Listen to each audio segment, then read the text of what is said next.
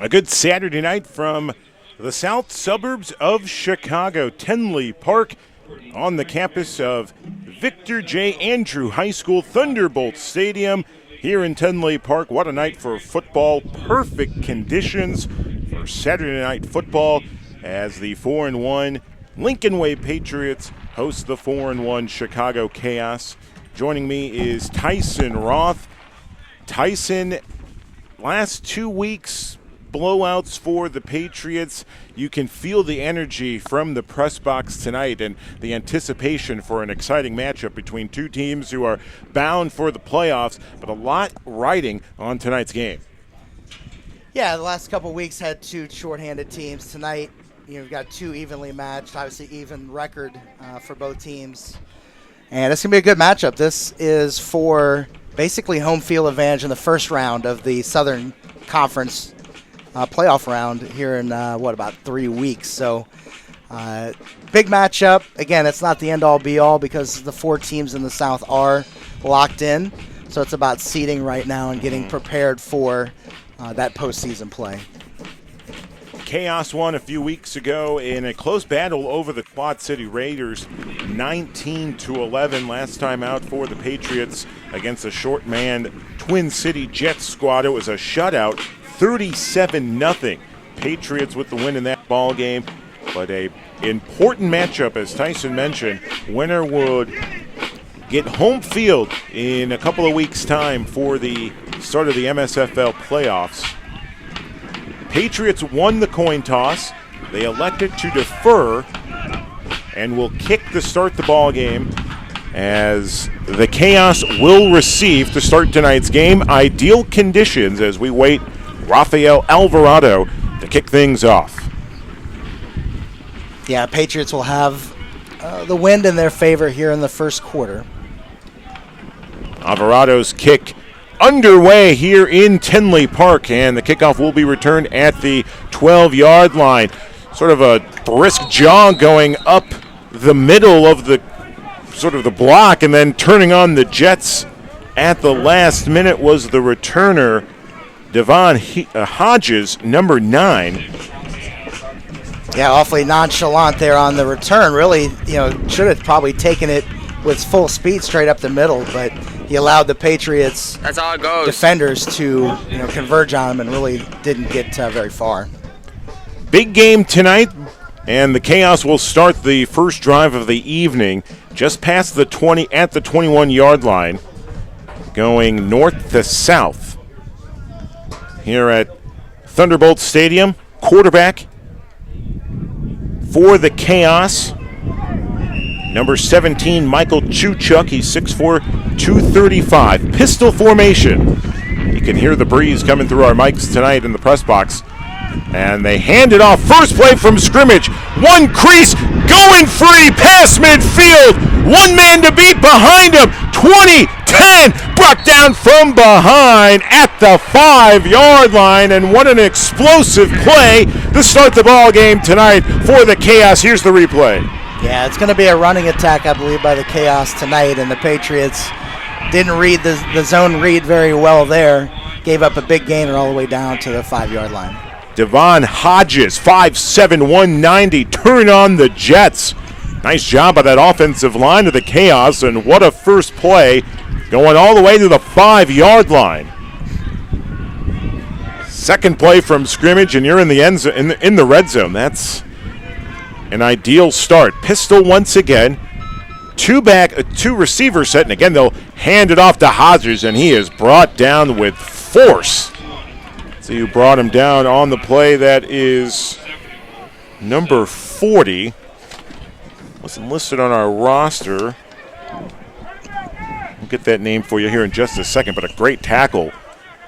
Loss of about 2 yards on the play, so it'll be second and goal from the 7.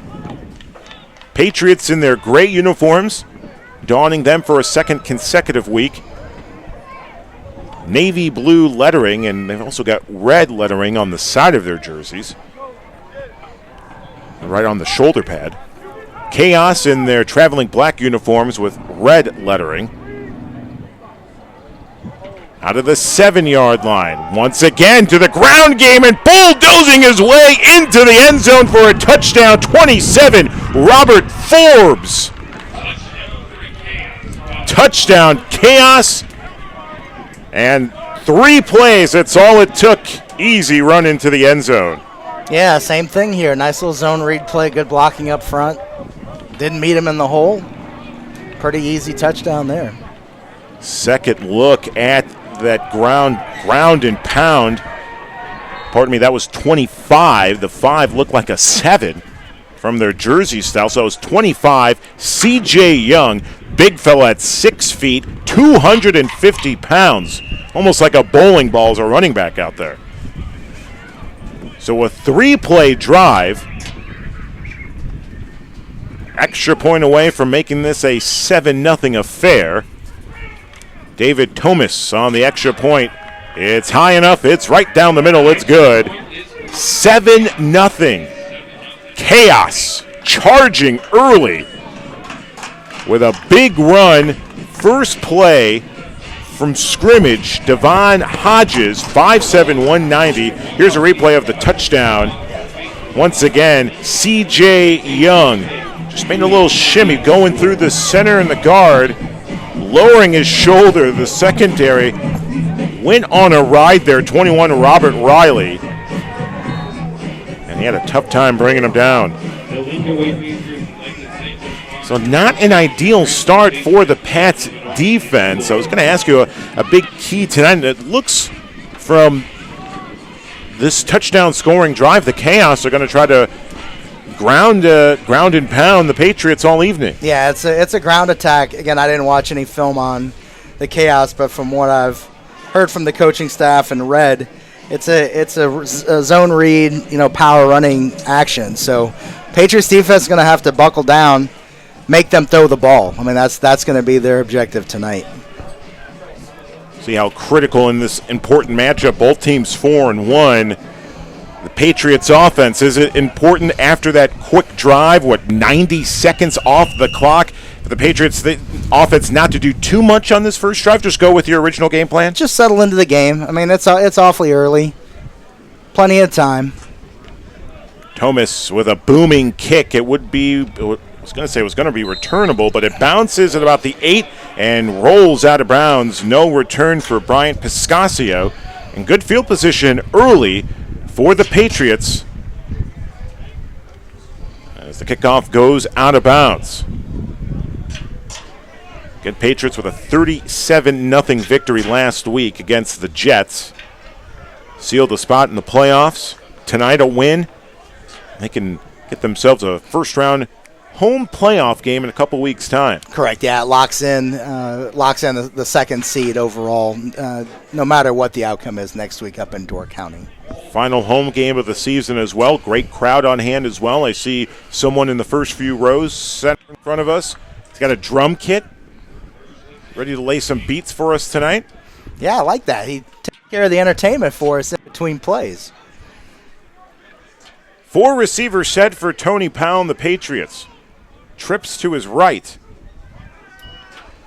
They settle in with a quick receiver screen to start the ball game off. Out to midfield. Loose football. Whistle was blown, though, and one of the officials pointing to the knee and saying it was down. Chris Muhammad with the reception off, and he is out down to midfield. Loose football. From whistle was blown, though, and his knee hit one of the officials. But the officials immediately. Yeah, both officials, both the side judge and the umpire, both called him down there at their 50. That second look solidified that indeed Muhammad had his knee down. They go to the ground game on the second play from scrimmage, breaking from a tackle, going to the 40-yard line, and a great carry. Calvin Phillips, number 9, getting some burn tonight. That's actually Zolkoffer, Ronald Zoe. That's right. Got that on my sheet. Thank you very much. No Calvin tonight. Good, nice carry. And We saw Zoe a couple weeks ago with a 60-yard carry. Yeah, he's really getting his sea legs going here with the Patriots. It's a little bit of a slow start in the pre-league in the first couple games, but, boy, he's really getting in good shape. And, boy, he's showing that speed. Boy, Zolkoffer, a second carry tonight, back-to-back carries, and another big first down. Patient runner following his blocks between the left guard and the left tackle. Yeah, and the Patriots' offensive line is at 100% full strength here tonight. Mike Johnson, Matt Finnan, Kyle Powell, Jerome McCuller, and Mello Haywood. Big beef up front. Zolkoffer remains the single back, and Powell will hand it right back to Zolkoffer, who breaks a tackle, gets to the 5, and spins down. What a great run by Zolkoffer. He started left and immediately shifted to the right up the middle to get that big carry. Here's the look. Zolkoffer immediately with the peripheral saw the crease open, and he broke 2 tackles. There's the third broken tackle. Tough man to break down. Yeah, that's what you like to see. You got the offensive line really firing off the ball right now, pushing the chaos defensive line back, giving plenty of running room for Zolkoffer. First and goal. Powell pass deflected at the line of scrimmage. And this is where I get curious with the play calling from our offensive coordinator. Has been just running it down their throat out from the 40-yard line here, 50-yard line, and yet we go to a pass play inside the 5. I just don't understand it. Batted at the line of scrimmage, 98, Jake Skockel. Big fella, 6'2", 270. Second and goal from the 5. Zolkoffer, the lone back, left hip of Tony Powell. Hands it off to Zolkoffer. Couple of shimmies into the end zone. Touchdown! Ronald Zolkoffer. 3 carries on the drive, and he pounds it into the end zone with 11 minutes to go in the first. Patriots trail by a point. Yeah, nice running attack there. Just stuffed it down their throat from the 50-yard line. All running plays for 50 yards. And again, you mentioned the Hogs up front. They are the engine that drives the Porsche. You can have a nice Porsche, but if you have a terrible engine, it's not going anywhere down 45. Our director, Ryan Fahey, knows about stylish cars, as the extra point is up and good for Rafael Alvarado, and we're knotted at 7. An eventful 4 minutes of football to start the ball game off, tied at 7, and the ground game has been the go-to for both teams to start the game. Yeah, a little surprising. Obviously, the Patriots normally mix in a lot more passing early in the game, but they went with the patented wide receiver screen on the first play and then marched it downfield. Excellent vision by Ronald Zolkoffer, getting in behind the beef. Nice seal block there by Kyle Powell in the middle. An excellent replay from our cameramen here. Yeah, great job by our director, Ryan Fahey, handling the replays for us. And what I saw from there, Zolkoffer as well, so almost like a horse, he galloped several times through his tall offensive lineman, galloped left, shimmied right, and then went right up the middle for the easy score, untouched into the end zone. Yeah, nice patient run there. That's what you like to see. Set up the blocks, let the guys get engaged with the defenders, and then pick your hole right into the end zone. We're tied at 7 here at Thunderbolt Stadium in Tinley Park. And boy, Tyson, as I walked in, we talked to each other briefly a little bit ago, and the first thing we mentioned was how lucky we have been this season with just one humid game. Everything else for summertime football here in the suburbs of Chicago, picture perfect. And glorious, yeah, really no weather issues to speak of this year, and another beautiful night tonight. As we await Alvarado's kick from the 35, it's a line drive kick that bounces at the 20. Will be returned from the 20-yard line, going towards the east sideline. Decent return for the Chaos. Yeah, Rafi didn't quite catch that like he wanted to. He definitely wanted to get it over that defender there, a returner, get it inside the 10 and allow the guys to pursue. But good field position by the Chaos out to the 39. 10:53 to go. Patriots football streaming live tonight on the Illinois Media School Facebook page and on the Lincoln Way Patriots Facebook page. Glad you're joining us tonight Maybe you're enjoying a cold beverage backyard tonight. Perfect night to do so. We wait the second drive for the Chaos, who scored on 3 plays. Chuchuk, the quarterback. Loose football! Loose at the 25, and diving is the Patriots, and they recover the football. Perry Sanders, quick to the ball. Big guy, just saw the fumble, hopped on it instead of trying to scoop and score. The quarterback running back exchange, and the running back just couldn't corral the football. 25, C.J. Young dropped the football from his right hand, and the big hog chasing it like it was a piece of Thanksgiving ham. Christmas ham, I should say. Perry Sanders. Yeah, look, they had a penalty there, illegal formation on the Chaos. Obviously declined. Patriots take over in golden field position here. Perry Sanders, 6'2", 340. He's very quick, as you saw, as he dove for the football. And tremendous field position for the Patriots. Yeah, for his size, he's one of the best athletes on the team. Incredible player. And a chance for the Pats to score off turnovers. That's going to be big tonight. How important would you say is capitalizing on the other team's mistakes? Well, we've seen in especially the Ducks game and early on, it's the team that makes the least mistakes is one who comes out victorious, not necessarily who makes the big plays. 4 receivers set for Powell. The Patriots offense trips to the right as he rolls right, looking for a man towards the sideline. Pass is caught. A nice catch by Ricardo there. Ricardo Williams, number 11. Ricardo, 6', 196. Here's another look. Powell looking right the whole time. And second down, gain of about 4 yards on the grab. 10:15 to go here in the first. Trips now to Tony's left side, with Bryant Piscasio, the single back left side. Quick pass. End zone touchdown, Patriots. What a pass. Leading the receiver, Chris Muhammad, into that touchdown reception. Yeah, Tony saw that right from the snap. He saw one-on-one coverage with Chris Muhammad against the Chaos defender. Perfect toss right over the top. No chance for the defender to tip that ball away. And as you mentioned, it was that read at the line of scrimmage where Tony Powell noticed it was going to be one-on-one and needed to throw a perfect touch.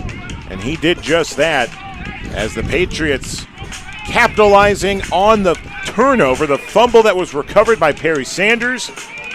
And with 10:03 to go in the first, the Patriots lead 13-7. Alvarado, extra point. It's up and it's good. And a 7-point lead for the Patriots with a critical score off of a turnover. And on a breezy Saturday night in Tenley Park, Patriots 14, Chaos 7. Yeah, you like to see, quick change of possession there, sudden change. Patriots take advantage 2 plays later. Ryan Piscasio, the single touchdown. There's the touchdown throw by Tony Powell. And pass, end zone touchdown, Patriots! Was way late to recognize that that ball was going to his man. Yeah, Chris got a nice jump off the ball. He did not get held up at all by the defender. Easy release, easy throw actually for Tony there once he read that. 10:03 to go here in the first.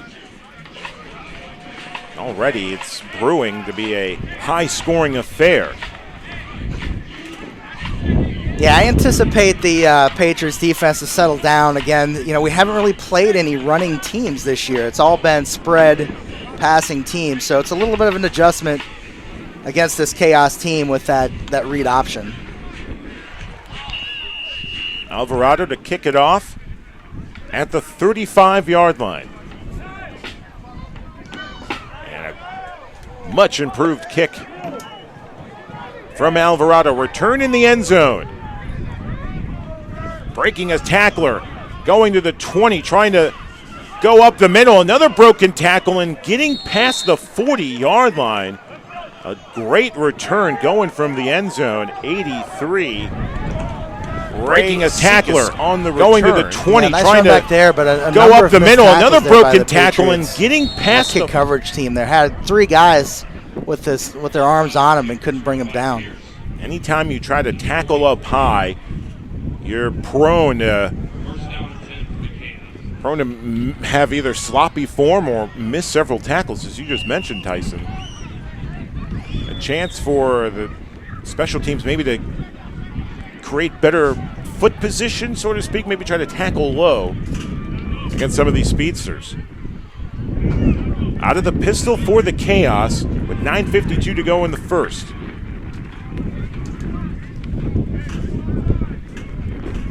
Chuchuk, the quarterback. He's got 4 receivers, trips to his right, and he'll throw.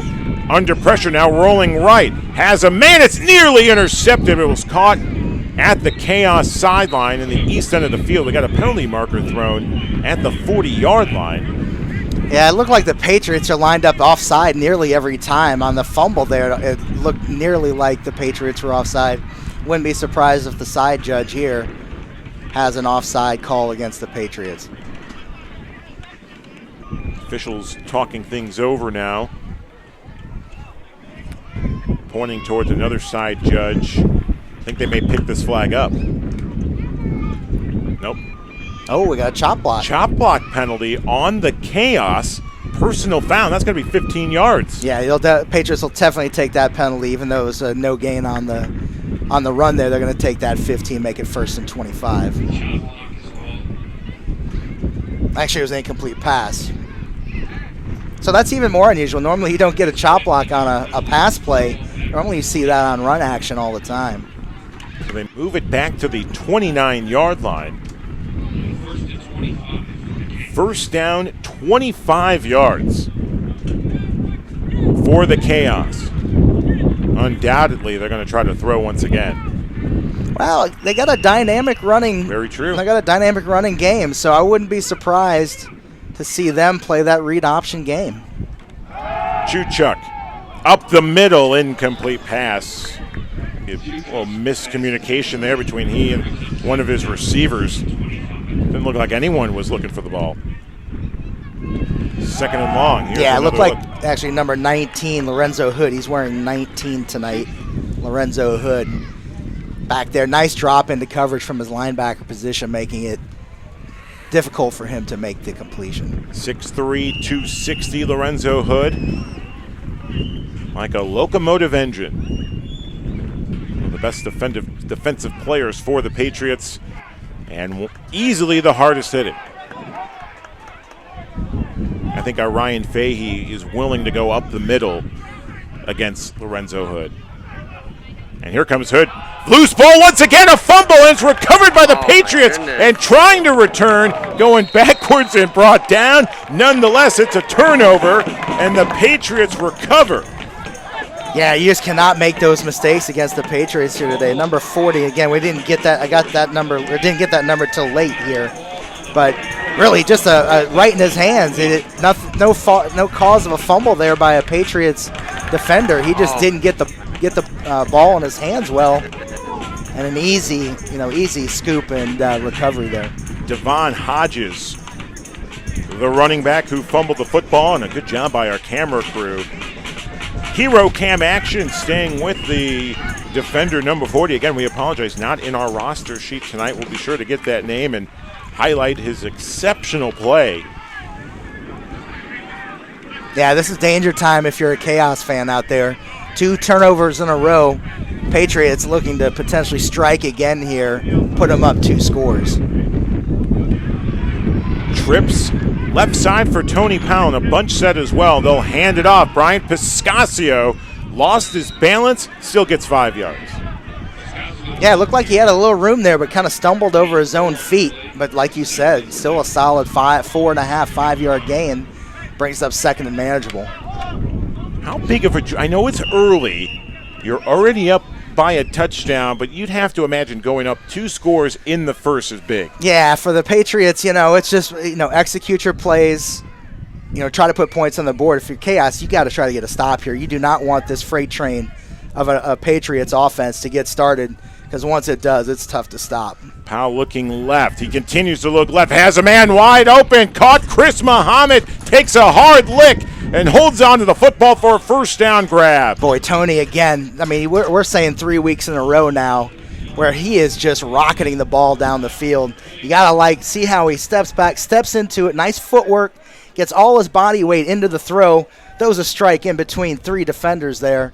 Beautiful pitch and catch. And Chris Muhammad absorbs the hit without any problem. You've mentioned it, Tyson. Week after week, Tony Powell, he started the year rusty, but each game we've seen Tony Powell, the same Tony Powell of last year that led the Patriots to the title game, week after week, he's regaining that confidence. You're actually seeing form from a couple years ago, actually, where he is really making good decisions. Good catch by Piscasio, but double team on the defensive end for the Chaos with a hard hit on Piscasio. But his form is really good. Again, he's getting his full body weight into the throw, really throwing it very accurately, making good decisions. A little ahead of him, but again, he threw that in a spot where he could turn up field right away and not off the back shoulder.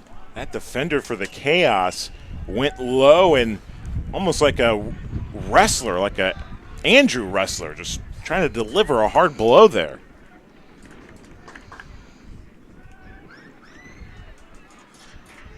Nearly 7 minutes to go in the first. Powell, soft lob into the end zone. Nearly caught the defender, or excuse me, the intended target was Steve Trudeau, and we've got an injured Chaos on the field. Doesn't look good. Yeah, that's unfortunate. It looked like he was trying to make a play on the ball and really kind of twisted his knee. Let's see if the crew got it good. Oh, that's the Piscasio play from a moment ago. We'll get that in just a moment as it's third down coming up at 7 minutes to go. And again, we've got an injured Chaos defender and a late penalty marker's thrown, and I would safe to say it's going to be unsportsmanlike on the Chaos. It looks like 52 for the Chaos. Nick Olsen, from a couple years ago, furious actually, with the officials with a potential no call on that injury. And again, we're going to get an unsportsmanlike call on 52, Nick Olsen. Yeah, not sure what happened there. I know he took his helmet off on the field, which, again, it's in the NFL and our rules, it's actually okay to do that. But he might have said something to the official, which, again, you can't do that at any level. Yeah, unfortunately, I don't know if we have that replay, if it was teed up yet or not, but looked like he twisted, trying to make a play on the ball, and might have twisted an ankle, or hopefully not worse. Not worse, yeah. It is confirmed an unsportsmanlike penalty, and that defender for the Chaos, it looked like as soon as he planted, I think it was his right foot, as he planted that coming down, immediately some discomfort, and he went to the ground, and he's still on the ground right now being attended to by the Chaos staff. As you see the officials talking shop alongside Tyson Roth and our technical director tonight, Ryan Fahey, Julio Rauseo, here at Thunderbolt Stadium, Victor J. Andrew High School, Tenley Park. Gorgeous night here in the south suburbs. Yeah, those are the injuries you just hate to see at this level, at any level of football, right, but especially this level, because guys have to work on Mondays, or on Sundays for that matter. Right. These guys work like crazy here. So here's a look. An extended look at the play. The defender's still down for the Chaos. Powell looking right. That soft lob. And watch when that defender, looks like number 15, Marvin Roan. Yeah, I think you hit it right on the head, Julio. He stepped a plant to try to turn his body to make a play on the ball. And when he did that, you'll see it right, I think right there. When he takes that step right there to twist, I think he might have got his cleat grabbing into the artificial turf. And immediately, as soon as he hit the ground, he took his hand and was favoring that knee. I believe it was his left knee from that replay, as again he was extending himself to make the play on the ball. Yeah, hopefully it's only a sprain and not anything worse than that. He's been on the turf for quite a while. He's on the right corner of the end zone. north end zone here at Andrew High School. Let's get another look at that if we can, Ryan. This was the second down and goal play. Powell looking right the whole time. And Roan, the defender, again, just extending himself. There's that left knee. And as soon as he hit the turf, he wincing in pain. He turns over as well. We'll take a break. 7:02 to go here in the first. Patriots up 14-7. We'll take a break. We're back after this. You're watching Lincoln Way Patriots football, streaming live on the Illinois Media School Facebook page. What brought me to IMS was a passion for broadcasting. Ever since I was a child, I would listen to Bulls games with Chris Ranji post-game, and I would actually call the radio station at home, and then I would record it on my tape recorder and listen back to my call.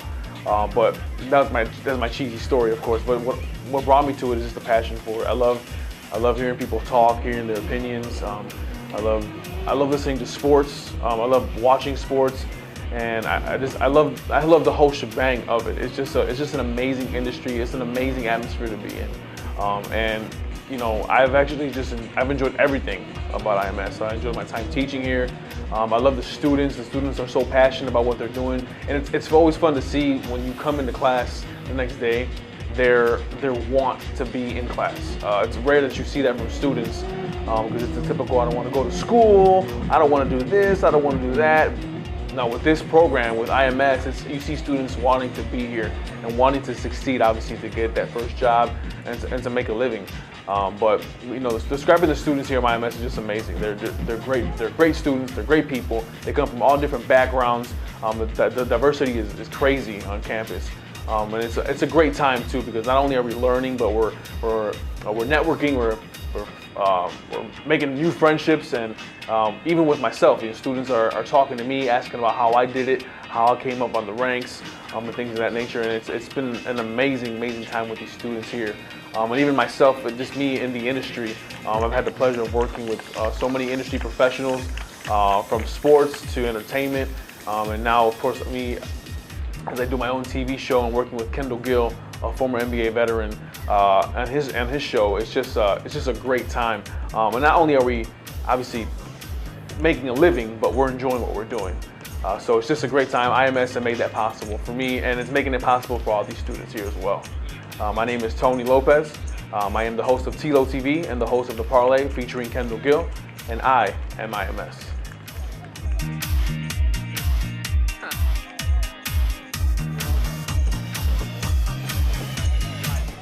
All right, welcome back. 7:02 to go. First quarter of play. Patriots with a 14-7 lead over the Chicago Chaos.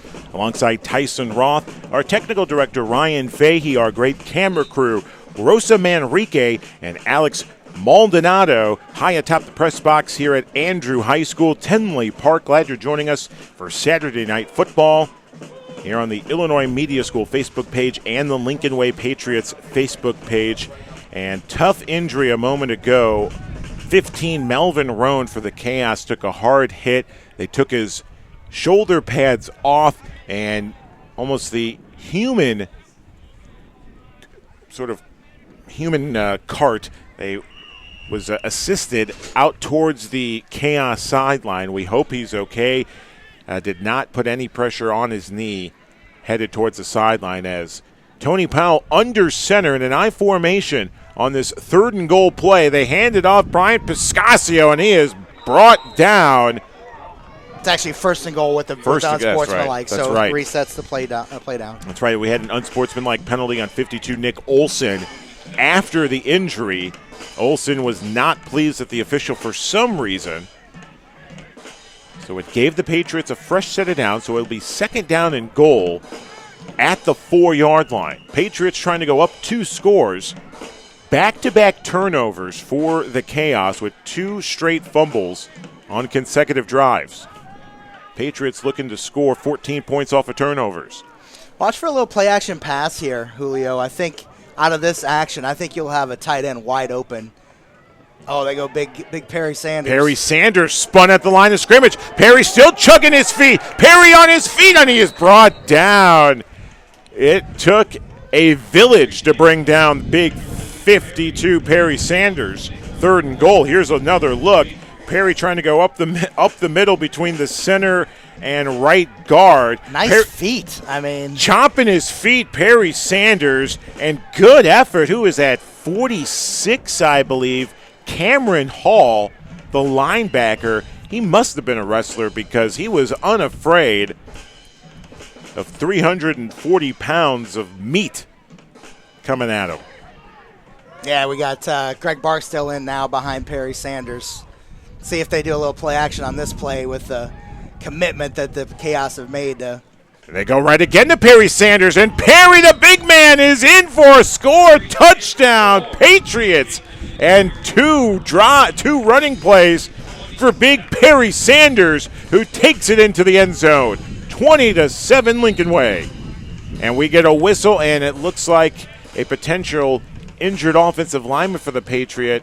Now actually getting up, maybe a little Charlie horse. You can still get a little cramp in a mild condition like we have tonight. Yeah, it looked like he might have had some force of Perry Sanders up his backside there and might have got a little bit of tweak on that hamstring. Keith Haywood was the one who had to take a little extra second to get up. 6'4", 320. Yeah, and that's, boy, you like to see the power game coming alive for the Patriots right there, using that big offensive line, pushing him into the end zone. High snap, Alvarado kick is up, and it is good. Wow. And a great job bringing the high snap down. Ricardo Williams, very underrated. Last couple of weeks we've seen new stuff in the arsenal of Ricardo Williams. 2 weeks ago, or last week, it was the backup quarterback position. Here's another look at the touchdown scoring run, by Perry Sanders. But on that extra point, good job by Ricardo. High snap, brought it down immediately. Yeah, you got to give credit to offensive coordinator Nick, who wanted the shout out here during the broadcast. He's introducing some multiple sets that the Patriots really haven't used in the years that I've been with him, and it's really good to see some power action out of the under center, and two back sets, things like that. I mean, it's really good to see. And if the Patriots get this train rolling with the multiple looks, both from the spread and from under center, it's going to be difficult to stop. 5:09 to go, 21-7. Patriots with the lead. Here on our Illinois Media School Facebook page. Again, glad you're joining us on this Saturday night, second to last game of the regular season. We're on the road next week to close out the regular season. The Cape Cod of the Midwest, Door County, Wisconsin, Patriots and the Destroyers, 4 o'clock kickoff next Saturday. Make sure you hang out with us on the IMS Facebook page and the Lincoln Way Patriots Facebook page. Nice spin on the return, breaking a tackle, number 9, Devon Hodges. He gets past the 20 to about the 22-yard line. And here come the Chaos. Back-to-back drives with turnovers, resulting in 14 points, trailing by 14. Yeah, it's really, really important that the Chaos at least pick up a couple first downs here. Give that defense a rest, because it was fumble on the first play, fumble on the second play. Patriots stuffing it down the defensive throat. They're going to need a little bit of a breather. Try to regroup a little bit. So they mark it, at the 24-yard line. Important drive for the Chaos, down by 2 touchdowns, under 5 minutes to play. Here in the opening quarter, Hood showing blitz. They hand it off. Finding an edge on the right side and getting a first down and a good carry. Positive yards for C.J. Young, the ball carrier. Yeah, poor containment on the outside over there. Got sucked into the inside. You cannot give up the outside edge on those running plays. Got to force it back into the middle. Yeah, it looked like Robert Riley was caught on the edge by one of the big offensive linemen. for the Chaos. That was that important block. 75, Patesti Williams. Yeah, but that's 6'8". Yeah, that's on the outside linebacker. He's got to get on the outside shoulder of that blocker, not get turned to the inside. Quick shovel pass on first down.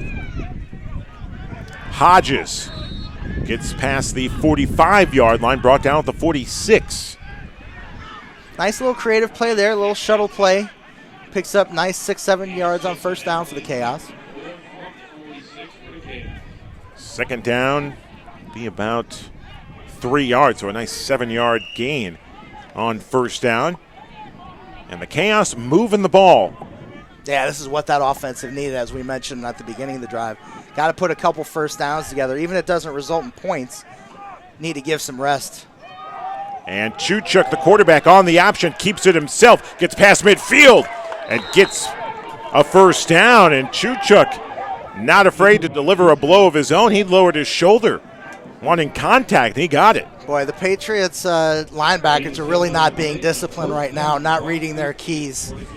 Tyrell Webster, number 35, needed to take the quarterback there on the backside. He sucked down on the fake and left the cornerback and the safety having to clean up behind him. At the 47, pistol set for the Chaos. Chuchuk, quick shovel pass to Hodges. Fumble again! And the Patriots recover! My, oh my! Positive things were building for the Chaos, and doused quickly with the turnover. Here's the look. Hodges holding the. I think it was a forced fumble. Yep, that was forced by. We're gonna have to grab the number later. It was Orlando Wade, but on the down low. But there was a Patriot defender up high as he got forced back by Orlando. Stripped the ball loose, pounced on it. 1st and 10 Patriots at their own 43-yard line. A heartbreaking end to the drive once again for the Chaos. I would look for Tony and the offensive staff to take a shot deep right here on the sudden change again. Got one-on-one coverage on the outside here, Chris Muhammad. I wouldn't be surprised if you see that ball down the sideline. Trips to Tony's left side. Single receiver right. That's Muhammad. At the 44. Patriots look to go up 3 scores. They hand it off on the first play from scrimmage. Zolkoffer, 5'7", 180. Gets a couple, and he's brought down at the 45. Under 3 to play here in the opening quarter. 14-point lead for the Pats. Okay, they're putting Ricardo and Steve Trudeau down below here. Again, you got one-on-one coverage out here. Tony is going to take a shot. Receiver split from the 45. Tony looking, stepping into the throw, finds up the middle, pass is caught! No, it's incomplete. Incomplete. Had it for a moment. Bryant Piscasio dropped it, and an incomplete. Nice legal hit there. Let the man get up to the ball. And you're going to get a nice replay here from the crew. Get up there, nice shot right in the back, all legal. Nice hit to dislodge the ball. George Valdez, number 12, delivering the blow. 3rd down. 3rd and 8 from the 45. And again, 4 receivers, 2 to each side. Tony surveying the field. Looking to throw, now rolling to his right. Sidearm throw in the sideline. Is it caught? Is he in bounds? And the official, the side judge, says no. Incomplete pass. Got a flag down here on the play. It's like a sideline warning on the Patriots.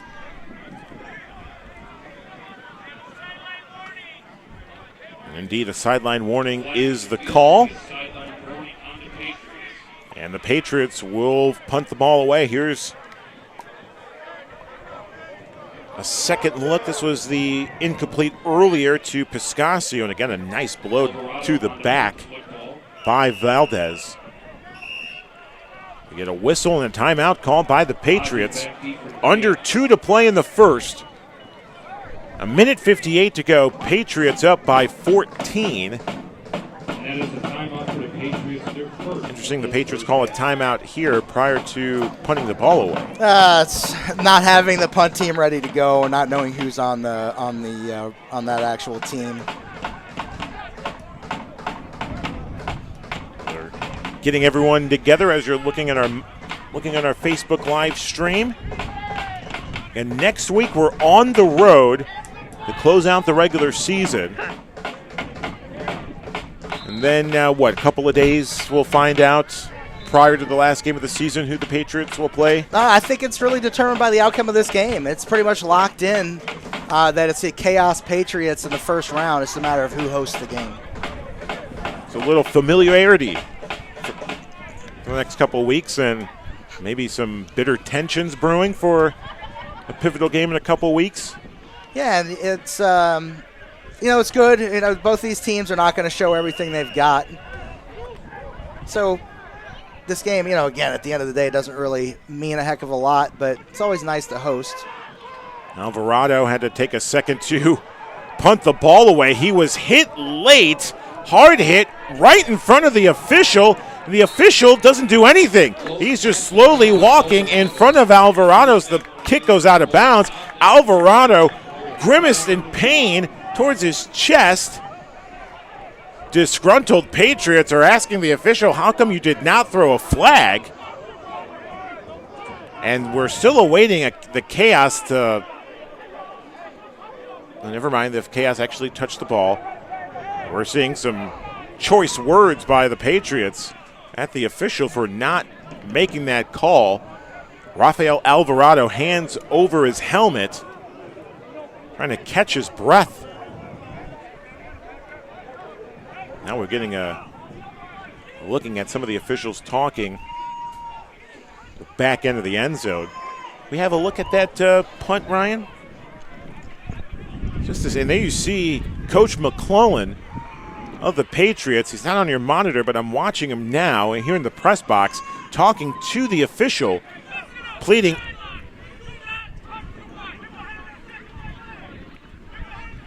Here's a look at the punt. Coach McClellan was talking to one of the officials. Got a second sideline warning, it looks like. So here's the punt. Alvarado had to recover, gets it off, plenty of time, and then that's definitely roughing the punter there. That's a missed call. Clear missed call. What's even frustrating is he's not on the screen, but the official is right behind Alvarado. And I think he watched that play happen. So a clear miss by the official. That's been another recurring theme of this 2017 MSFL season. Some of the players and assistants on the Patriots sideline still a bit upset by the missed call. Now the defense back on the field for the Patriots. Maybe a chance to deliver some pent-up aggression for the missed call. So here come the Chaos. They'll start the drive from the 6. Got to give credit to the Chaos defense to bow up after that third turnover in a row and get the Patriots stopped. Rafi actually ended up getting a really good kickoff inside the 10-yard line. So poor field position, but it's better than giving up the score. The Chaos catch a break as the Patriots didn't score off the turnover. Play action, open man, caught!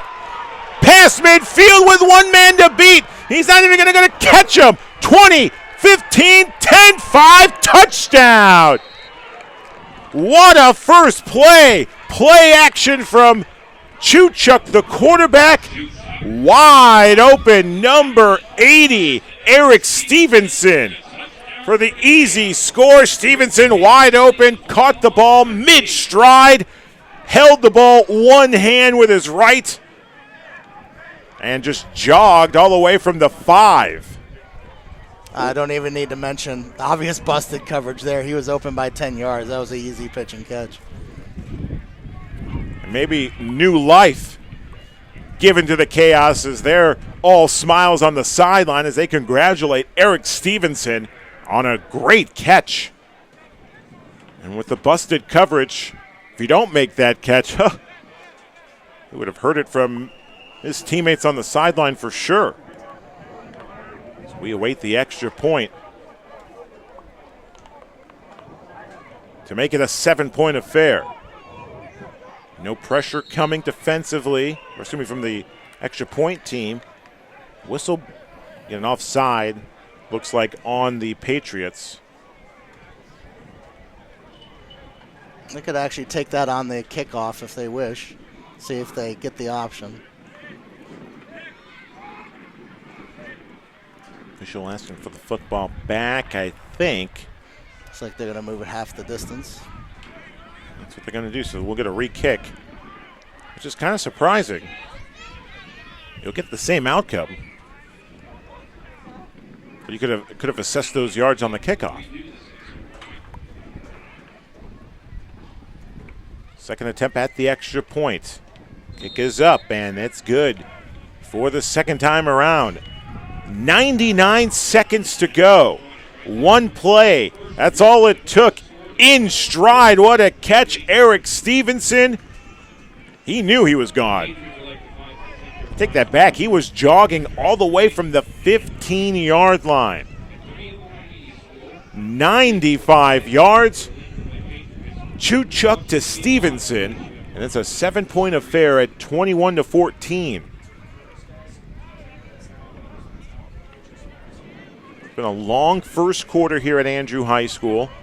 We had an injury, a tough injury. Update on the player who was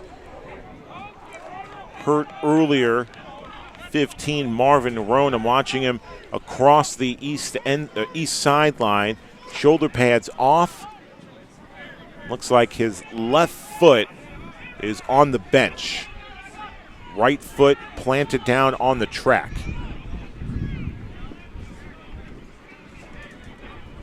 So I hope he's okay.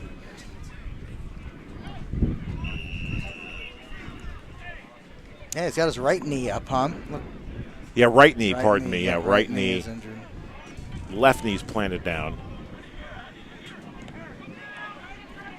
Good kickoff by the Chaos as they trail by 7, returned at the 5. Following his blocks, getting to the 35-yard line. Good return by Robert Riley. And the Patriots a chance to go back up 2 scores with 90 seconds to go in the first quarter of play. Yeah, it's just too many busted coverages by the Patriots defensive backs. I know this is a running team and you're committing to that, but you can't let guys run wide open 10 yards downfield when it's obvious that you've got one wide receiver out to the right. It was a play-action play, but it looked like right away the clear decision was they were going to throw the football. Yeah, and you got to be disciplined, right? If your responsibility is that deep half or that deep third, you've got to make sure that the player stays in front of you. You're tightly guarding players that come into your zone. Man in motion on first down, and a high pass, but caught by Muhammad on the receiver screen. Muhammad trying to break free from a tackler, and he will stumble backwards towards the 40-yard line. Solid gain of 4.5 or so on first down, no problem. High throw, a good job bringing the ball down, Muhammad. Let's see if the officials will mark him down. They give him a generous spot at the 39. Again, a reminder, fans at home, we got the Patriots answers here in between the first and second quarter, so stay tuned for that. Trips to Tony's right side. Quick dump off to Brian Piscasio. Piscasio gets to midfield. And driven down by a plethora of Chaos defenders. Leading the charge, 46, Cameron Hall. See if the Patriots try to get one more play in here before the end of the first quarter with the wind behind their back.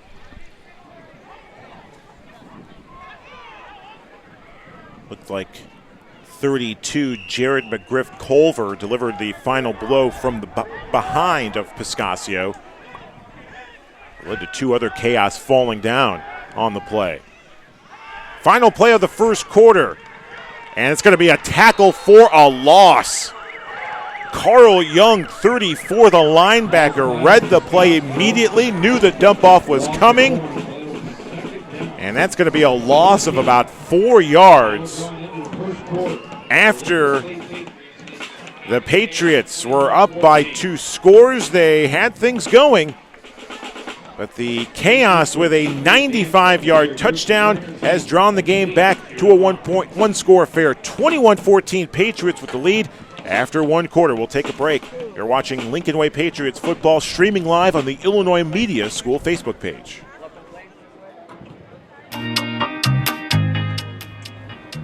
Well, I got started back in 2010. I was freelance sports writing for a couple different newspapers with the Sun-Times, and I wasn't really finding a permanent job, which is what I really wanted. And I would always hear those commercials on the radio about ICB, and I finally went in, and everyone was pretty welcoming. While I was there, all the instructors were very helpful, and it's just a great place to take advantage of their internships. I mean, you can get pretty much any internship you want if you put your mind to it. I know while I was there, I interned both at Comcast Sportsnet Chicago and at The Score, both at the same time. So they give you the options, but you need to work for it yourself. You can't just sit back and expect everything to come to you and everything to be served to you on a platter, because that's not how the world works, and that's not how anywhere works. And although I still have a full-time job here at 23, I still like to get out and do broadcasts with IMS, even this past summer and spring, spending time doing games for Aurora Borealis, because it's still good. Even though I'm doing this job in the studio, I'm stuck in the studio, I don't really still get those opportunities to go out and call soccer games, call whatever games, and still, even just, helping out current students that are there, they like to hear the advice from me, so I always like to still get out and do stuff like that. My name is Mike Buda. I'm the weekend sports anchor at Channel 23 News in Rockford, and I am IMS.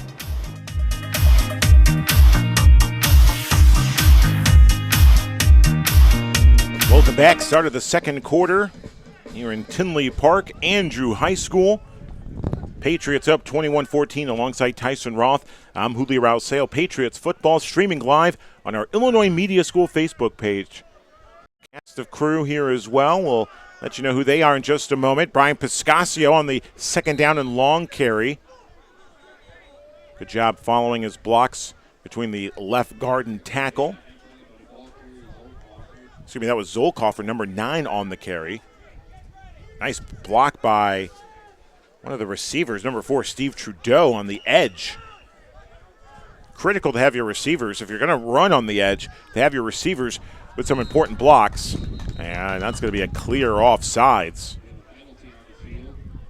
on the Chaos. That was 52, Nick Olson. Now we've got fingers pointing in every which direction.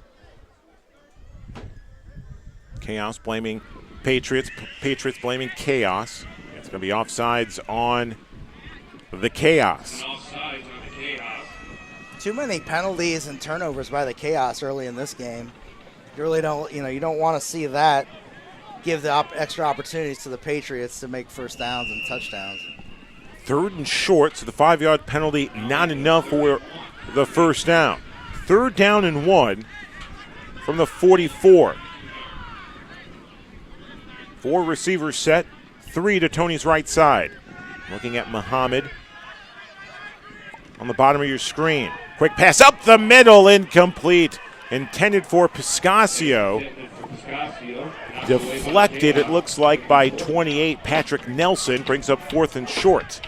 Yeah, Patriots, I believe, will go for it here. It's too far for a field goal into the wind.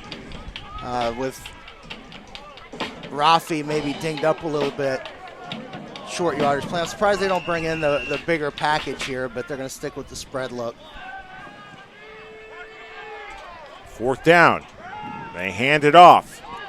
Do they get the first down? It's going to be close. Zolkoffer, the ball carrier. First down. And it's going to be a first down, Patriots. Nice hard run there. Nice firm run on the right side of the offensive line.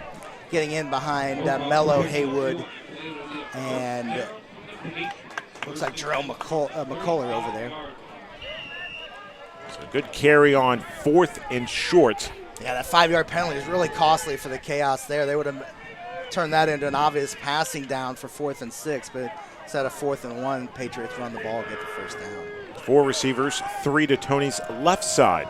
On first down from the 35. Tony looking left, lobs it up, has a man, incomplete. Intended for Steve Trudeau. Good job on the coverage, 28, Patrick Nelson.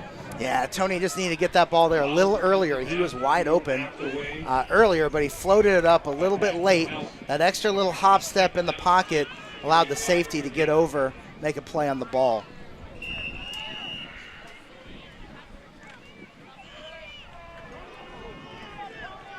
Patriots break from the huddle.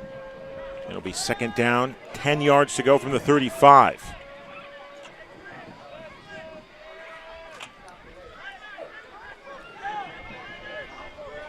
Tony with 3 receivers right side. Muhammad bunched in on the left side. Tony to throw. Lobs it up. Has a man. It's caught. First down, Patriots.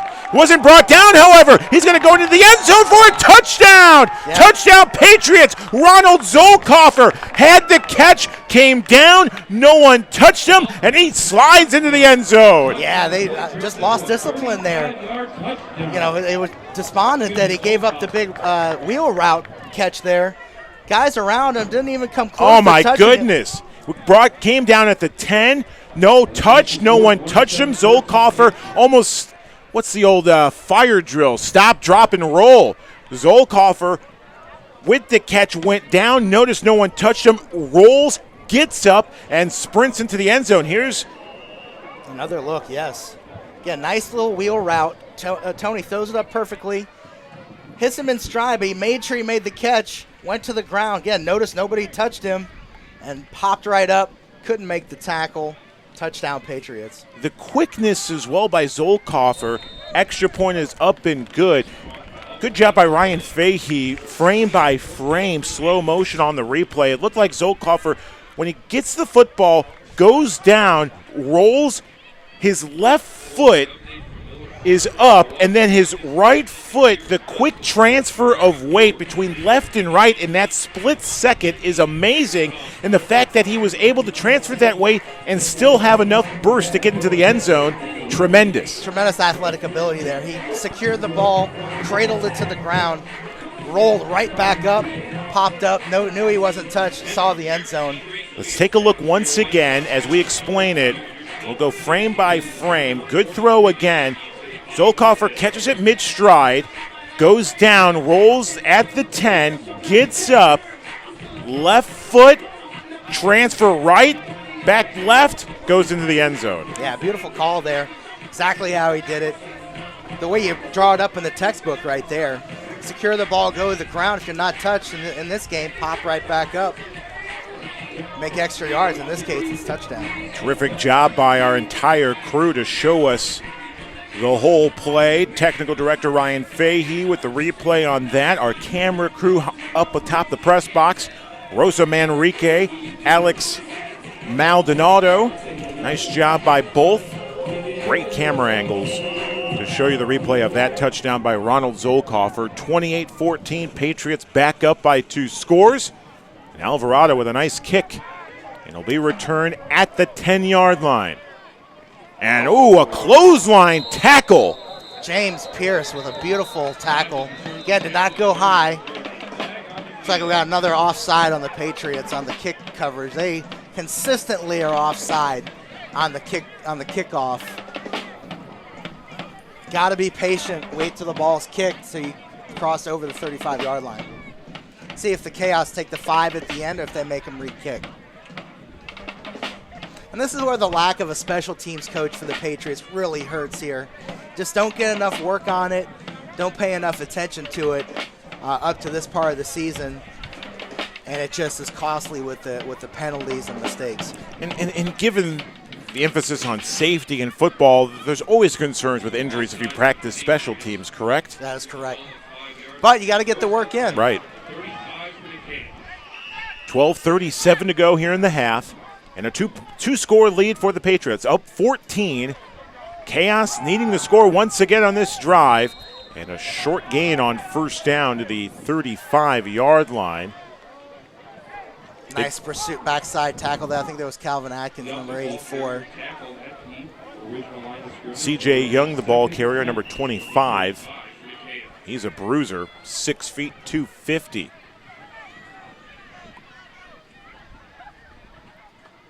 Four receivers, two to each side. Chuchuk rolls right. Strong throw, but the receiver dropped it. George Valdez. Yeah, it didn't look very comfortable on that, either, both on the throw side and the catch side. Rolling out to the right. Threw it pretty accurately, but bounced right off his hands. Bring up third down and 10.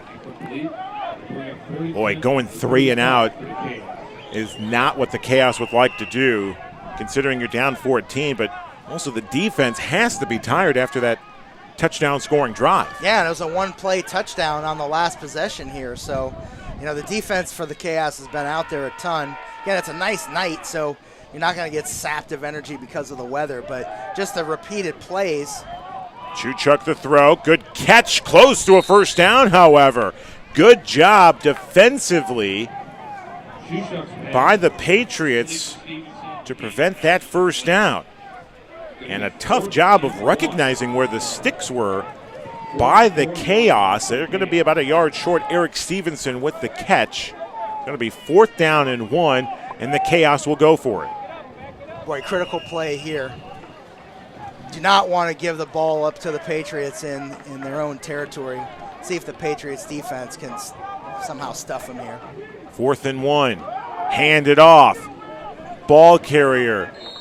C.J. Young gets the first down. He had to chop his legs to find enough space to get the first down. There's Young. A couple broken tackles as well in the end.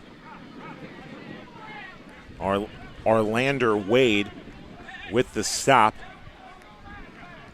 Near midfield. First down for the Chaos at the 47. This is where the Chaos might take a shot. These safeties have got to be aware. Hand it off to Young. Short carry. Just gets past midfield. They say the ball's loose.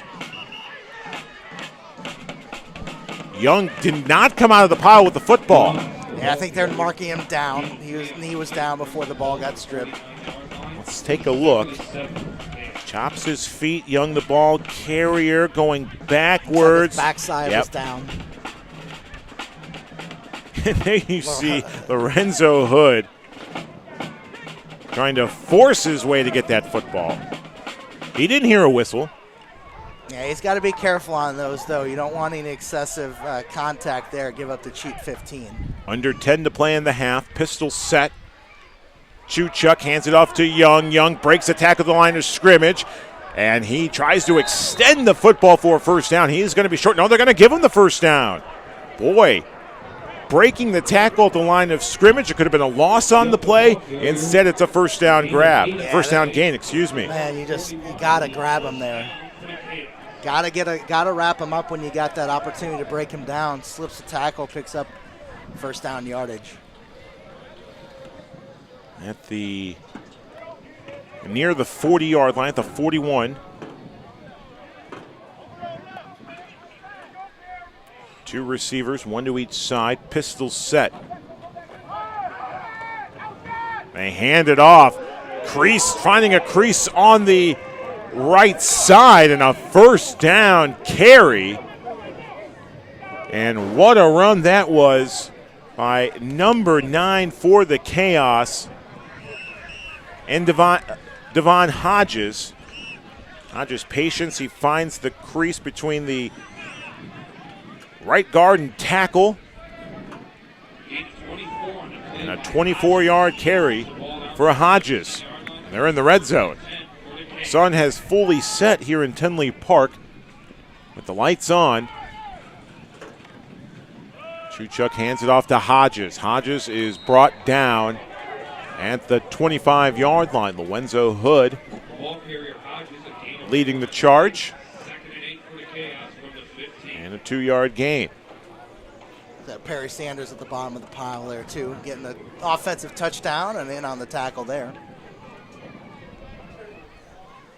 Under 8 to play here in the half. 14-point lead for the Pats, 28-14. And a critical drive for the Chaos if they want to stay in this ball game. Chuchuk hands it off. Broken tackle at the line of scrimmage. Another broken tackle. Third attempt back at the line of scrimmage. Yeah, too many missed tackles by the linebackers and the safety there. Dontario Harrington had him wrapped up for a loss. I think he'd get a loss anyway there, but had him for even a bigger loss, but couldn't bring him down. Took the third Patriot to actually get him to the ground. Ball carrier 32, Jared McGriff Culver, 6'1", 270. Another load to bring down in the Chaos backfield. This is where your Chaos, you got to be careful here because it's an obvious passing down. They haven't shown, other than the big play, any huge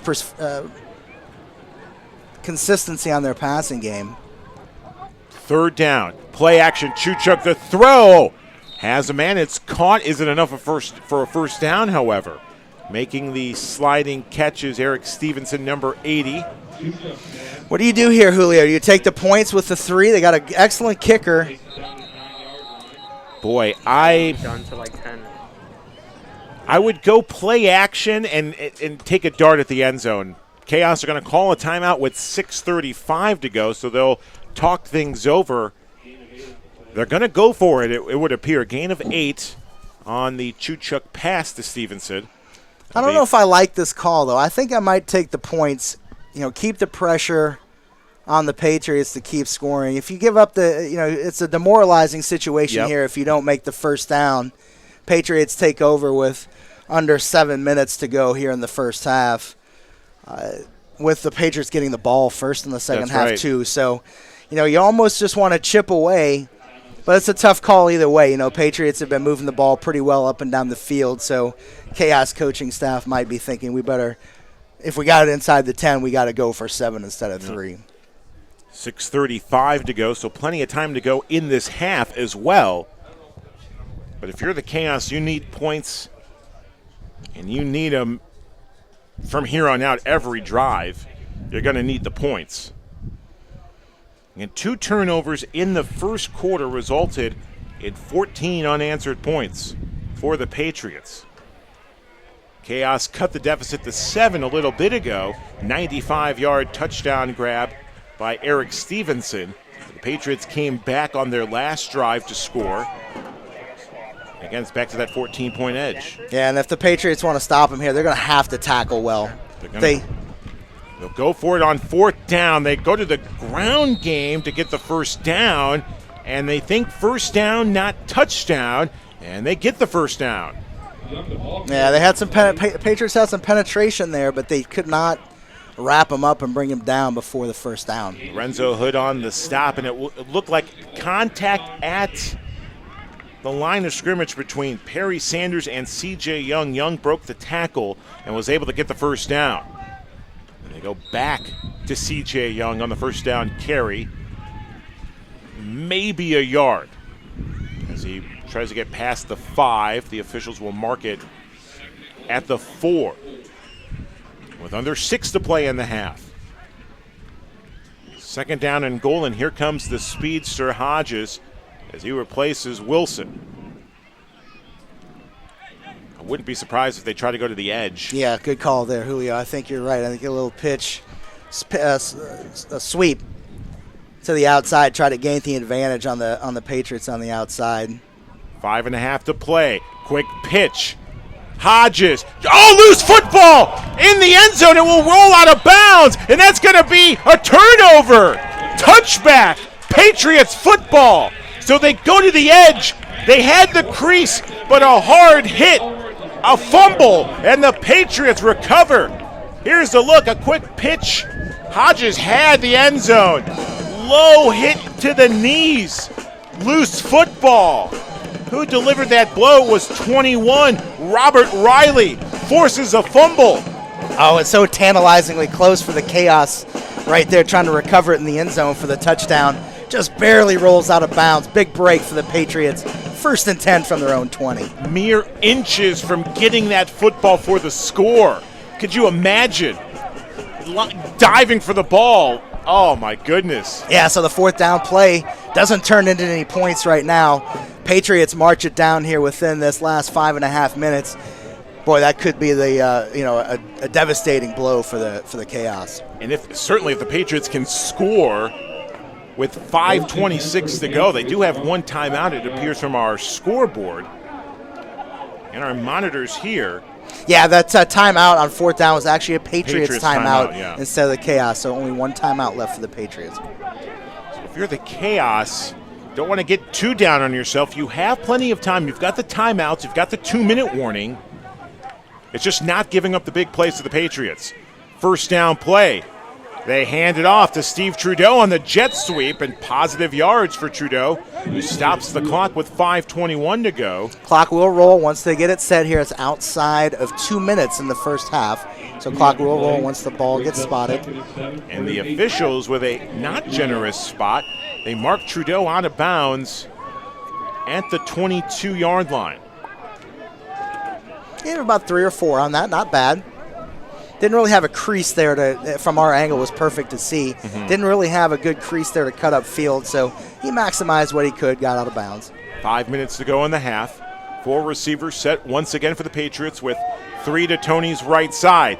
Loft pass, and it's caught. What a catch! Chris Muhammad! Muhammad had a block, and he's still on his feet. Past midfield. Stiff arm, breaks a tackle. He dives out of bounds past the 35-yard line. What a catch! Chris Muhammad. And he's doing some sort of dance. Look at that catch. Reaches back. The defender couldn't bring it down as well. Cameron Johnson. What a catch. Muhammad comes down with the left knee. That was incredible there. It almost looked like he stepped out of bounds, but he just a tightrope on the sideline there. Incredible grab behind, reaching behind him, and then the presence to stay on his feet. Absolutely. For the big gainer. Powell to throw. He'll step in under pressure, and he'll take the hit. Boy, Powell trying to make something out of nothing as the pocket collapsed quickly for him.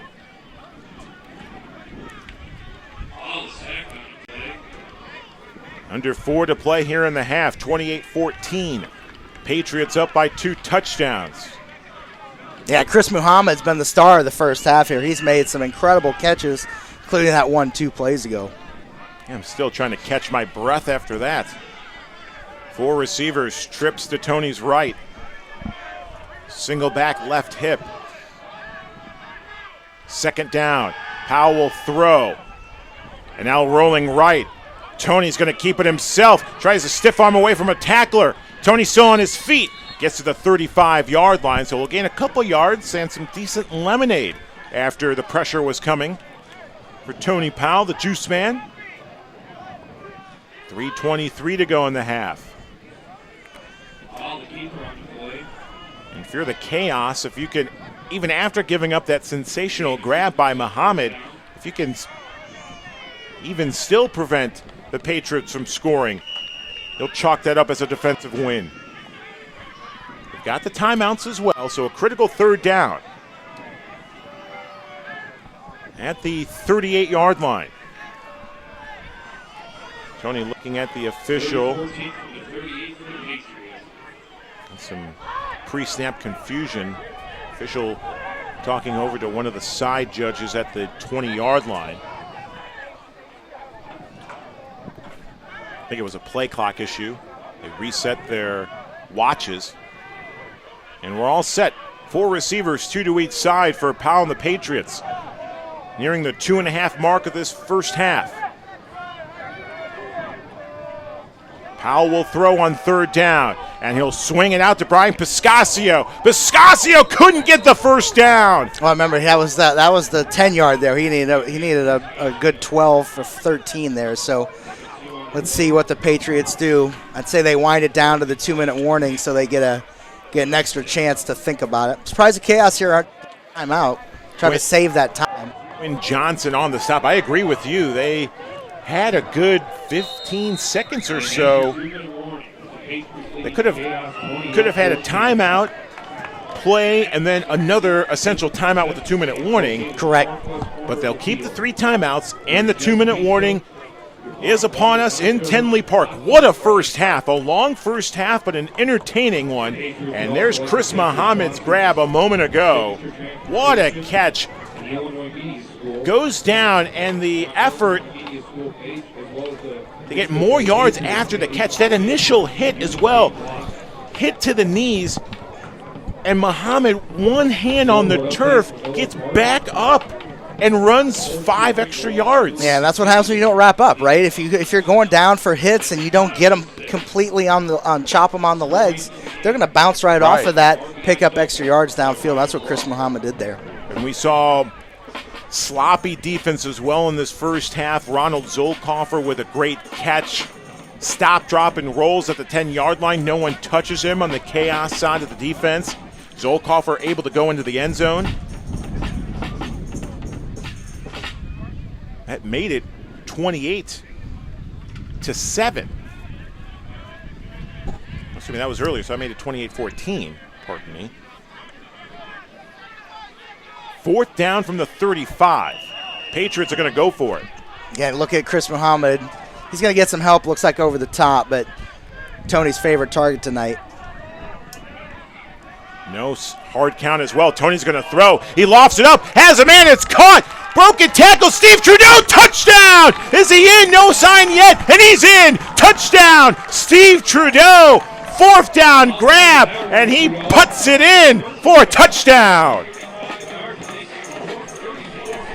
Wow, that is a big play that the Chaos just cannot believe they gave up. Tony hung in there strong. Nice throw right down the middle. Steve found that crease right at the post. Spins from the 5-yard line. Great effort by Steve Trudeau. He saw that end zone, smelled that end zone, and he's tasting the end zone now. Patrick Nelson tried to make the stop on Trudeau.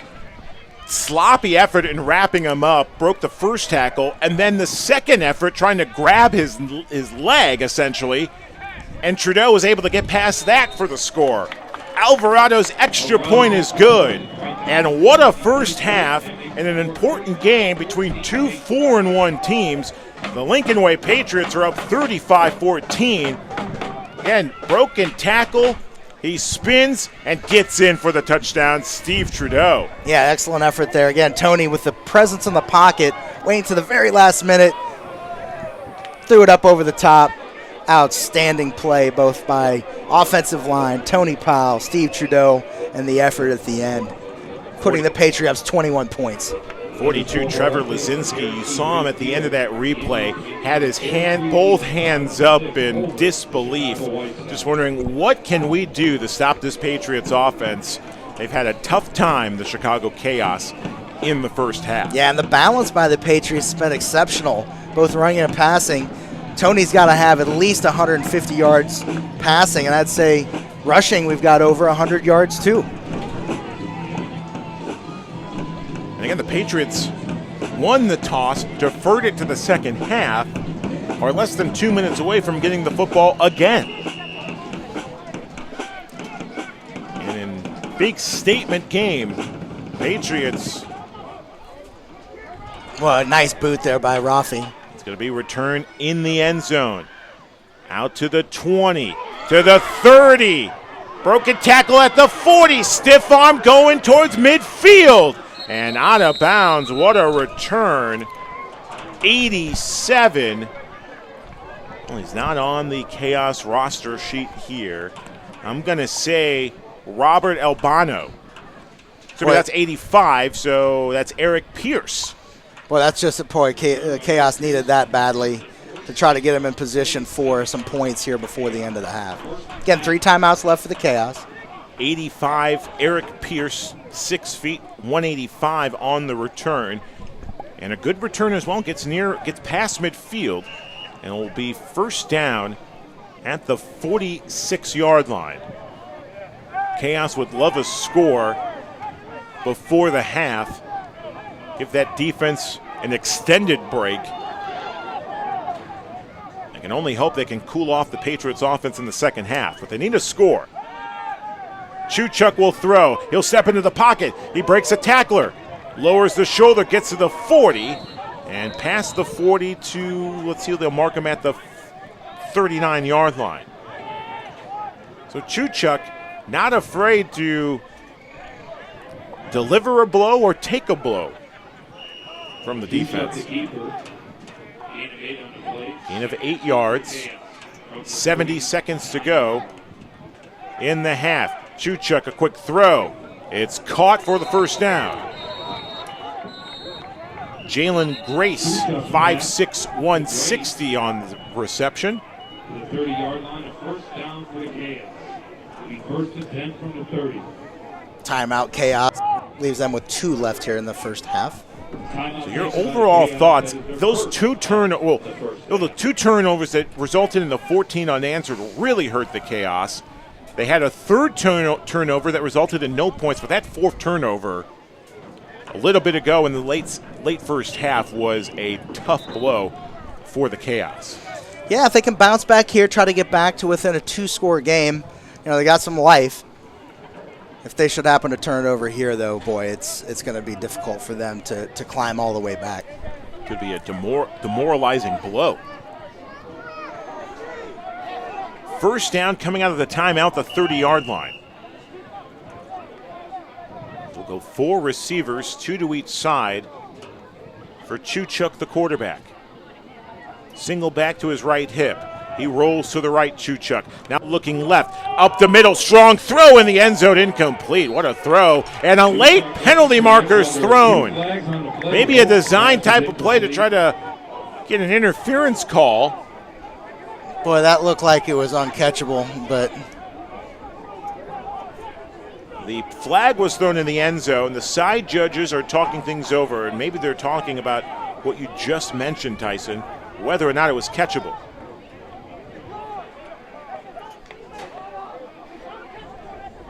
There's the head official gingerly walking towards the side judges to see what the penalty is, and it looks like it's going to be a pass interference based off the back judge. That's a pretty unbelievable call there, honestly. Pass interference on the Patriots. It occurred in the end zone. So where do they mark the football? Well, if it truly happened in the end zone, it's going to be at the 2-yard line, but now the back judge. What type of pass interference was it? Where do they mark it with 52 seconds to go here in the half? Looks like they're calling contact back more towards the 10. I'm not sure here what's going on, but the official with the game ball, pardon me, has the football at the 15. Hasn't placed it down yet, and now he moves from the 15. He's staying there at the 15, it looks like.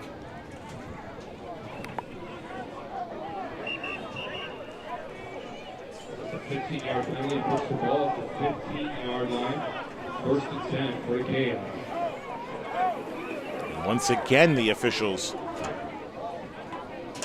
Are they now calling it a holding penalty? Again, there's mass confusion on the call because I think they're realizing that ball was well overthrown and really wasn't pass interference. I think if anything, the Chaos, and I don't know if we can cue up the highlight here or the replay.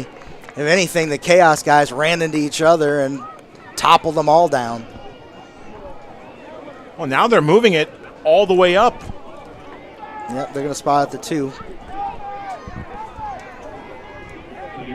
Almost undecisive, like how I am at a Chick-fil-A drive-thru. What do I want today? Chicken sandwich? No, I want the chicken tenders.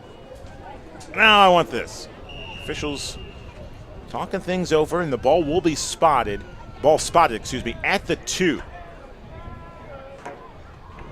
Patriots bring in their goal line type defensive front here. Onto the pistol. Wilson, the ball carrier, and he is met. A loss on the play. It looked like the big fella Perry Sanders with the stop. And a timeout will be called by the Chaos. So they have one remaining. That's their second charge timeout with 46 seconds to go. Excuse me, 41 seconds to go. In the first half, 35-14. Patriots with the lead coming up at the half. We'll show you a performance by the Patriots dance team. They're waiting patiently behind the Patriot bench. It's coming up at the half here in Tinley Park. Patriots will receive to start the second half. Biggest adjustment for the Chaos to try to stop the Pats in the second half. I don't know what you do to stop the Patriots offense when Tony Powell's throwing the ball like he is, getting the offensive line, really pushing the defensive line around to open up holes for the running game. And you got Chris Muhammad, Mike Brigham, Ricardo Williams. You got all these guys, speedy, making plays out there. So here we go. Second down and goal from the 2. Chuchuk is brought down. He was rolling right, looking to throw. And what a night for number 40. Lorenzo Hood as well, number 19, leading the charge. And unfortunately, we don't have number 40 on our roster sheet. Great job on the sack. And he's flexing the guns as well. Bit jealous. Loss of 16 yards. Chuchuk looking to throw. Now he steps into the pocket. He's going to run. High steps a tackler. A hard hit in the knee. And he's brought down. Robert Riley. 6 seconds to go. Gain of 14. And it's 4th and goal. I believe the Chaos take their final timeout.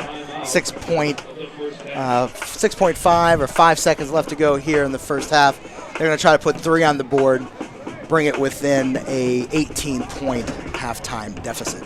Did you expect the Patriots to be up by 3 scores in a matchup of two teams who've won 3 straight, both 4-1? Obviously, yeah, the playoff matchups are set, but both teams were fired up pregame, and here we are, close to the half. And the Patriots potentially could take a 3-touchdown lead. Yeah, I'd say it's a bit surprising, but, the Patriots are starting to round into form. It's not – once they get rolling and get that offense going, the defense feeds off of that. Obviously, all the turnovers tonight have really hurt the Chaos and set up the Patriots in excellent field position. And, that's a poison pill when you're playing, a team as well coached and as well, playing as well as the Patriots are. David Thomas, number 3. Boy, great kicker. I mean, this guy, I've been watching him pregame. He was booting him through from 50, 55 yards, no problem in this direction. Ball's marked at the 15. Yeah, Patriots playing pretty smart here. They know they got a 21-point lead. They've got 2 defenders back in the end zone, making sure that no trickeration could happen here on some sort of a fake kick. And they're talking about it. Chaos are talking about it, and they see that the Patriots are playing that type of a defense, not allowing anybody to sprint out to the outside and potentially get in the end zone. The punter, number 14, Kowalski, is the holder. Field goal attempt. Thomas, kick is up, and it is no good. Had the distance, but wide to the right. Scoreboard has it with 1.5 seconds to go. The field goal, no good. A tough blow for the Chaos, who were trying to score before the half, had things moving their way, but just couldn't produce any points. Here's the replay of the missed field goal. Looks like he missed it wide left from what we can tell.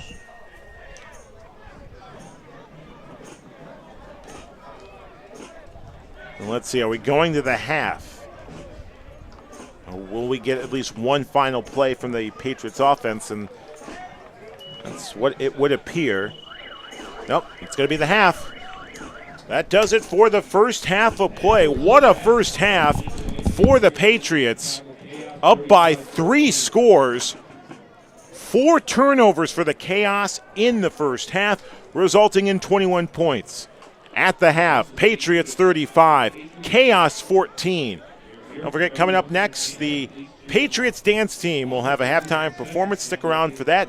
We'll have the kickoff to the third quarter. After this, Patriots will receive the football after the halftime break. 35-14, Patriots with the lead. We'll take a break. You're watching Lincoln Way Patriots football, streaming live on the Illinois Media School Facebook page.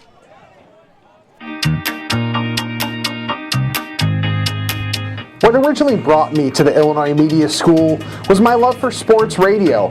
In high school, I became a huge 670 The Score fan and wanted to be part of sports radio. So after trying a couple other things and I'm not really being what I wanted to do, I found my passion for media and especially sports radio at the Illinois Media School. What I enjoy is finding like-minded people like myself that have a passion for the media industry and are willing to do whatever it takes to reach their goals and be what they want to be in this industry. And that's what I like about the students you continue to see at the Illinois Media School. A lot of talent, a lot of drive, and that pushes you to be better as well as making everybody's work better on top of that. My name's Rick Camp. I'm a producer at 670 The Score. I'm an instructor at the Illinois Media School, and I am IMS.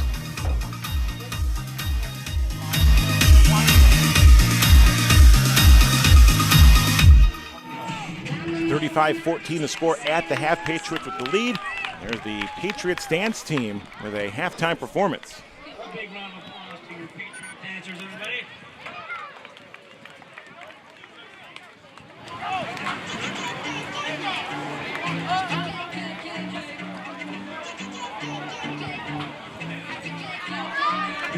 At the half, Patriots up 35-14. What a great first half it has been for the Patriots. We'll take a break. We're back after this. Watching Lincoln Way Patriots football, streaming live on the Patriots Facebook page and the Illinois Media School Facebook page. We're back after this. Hi, I'm Rob Rose, and I'm one of the instructors here at Illinois Media School. I've been teaching here at the school since 2010, as a matter of fact, between Lombard and Chicago campuses. I teach radio. I work nights at 100.3 WSHE in Chicago, and I've been in the radio industry 27 years, 17 of those 27 as a station program director and operations manager, which means I hired people that came out of schools like this one. Unfortunately, places that I've been, I haven't been near schools like this, so I've had to go to places like Dunkin' Donuts and say, hey, you have a personality, would you like to try radio? So this is definitely the place to come. It's going to prepare you for absolutely everything that you need to know about the broadcast industry. We're talking radio, television, web, podcasting, absolutely everything. I keep in touch with all of my students that I've had in my classes since 2010 on Facebook and social media, and I love seeing all of the success stories. In fact, I work downtown Chicago with several graduates from this program. So get in touch with the school and take advantage of it. Make it your career. Do it now. I'm Rob Rose, nights on 100.3 WSHE in Chicago, and I am IMS.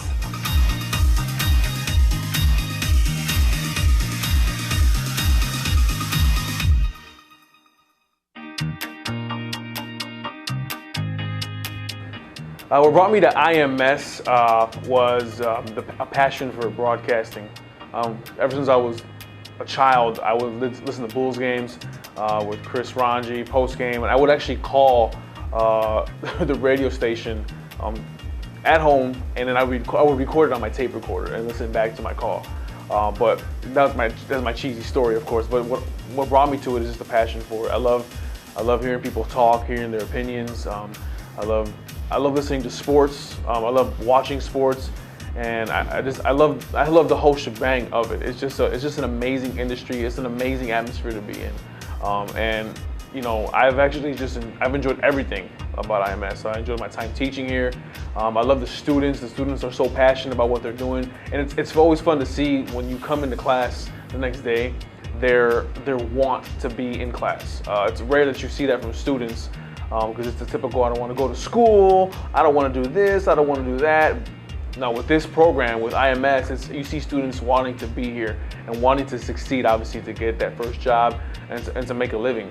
But describing the students here at IMS is just amazing. They're great. They're great students. They're great people. They come from all different backgrounds. The diversity is crazy on campus, and it's a great time too, because not only are we learning, but we're networking. We're making new friendships, and even with myself, students are talking to me, asking about how I did it, how I came up on the ranks, and things of that nature. And it's been an amazing time with these students here.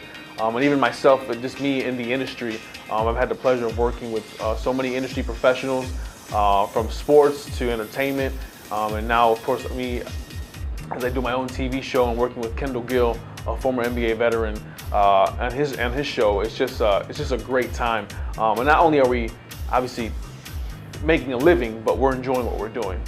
So it's just a great time. IMS have made that possible for me, and it's making it possible for all these students here as well. My name is Tony Lopez. I am the host of TLO TV and the host of The Parlay featuring Kendall Gill, and I am IMS.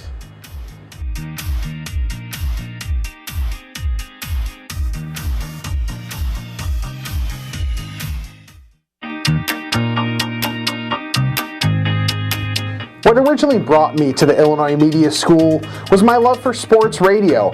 In high school, I became a huge 670 The Score fan and wanted to be part of sports radio. So after trying a couple other things and I'm not really being what I wanted to do, I found my passion for media and especially sports radio at the Illinois Media School. What I enjoy is finding like-minded people like myself that have a passion for the media industry and are willing to do whatever it takes to reach their goals and be what they want to be in this industry. And that's what I like about the students you continue to see at the Illinois Media School. A lot of talent, a lot of drive, and that pushes you to be better, as well as making everybody's work better on top of that. My name's Rick Camp. I'm a producer at 670 The Score. I'm an instructor at the Illinois Media School, and I am IMS.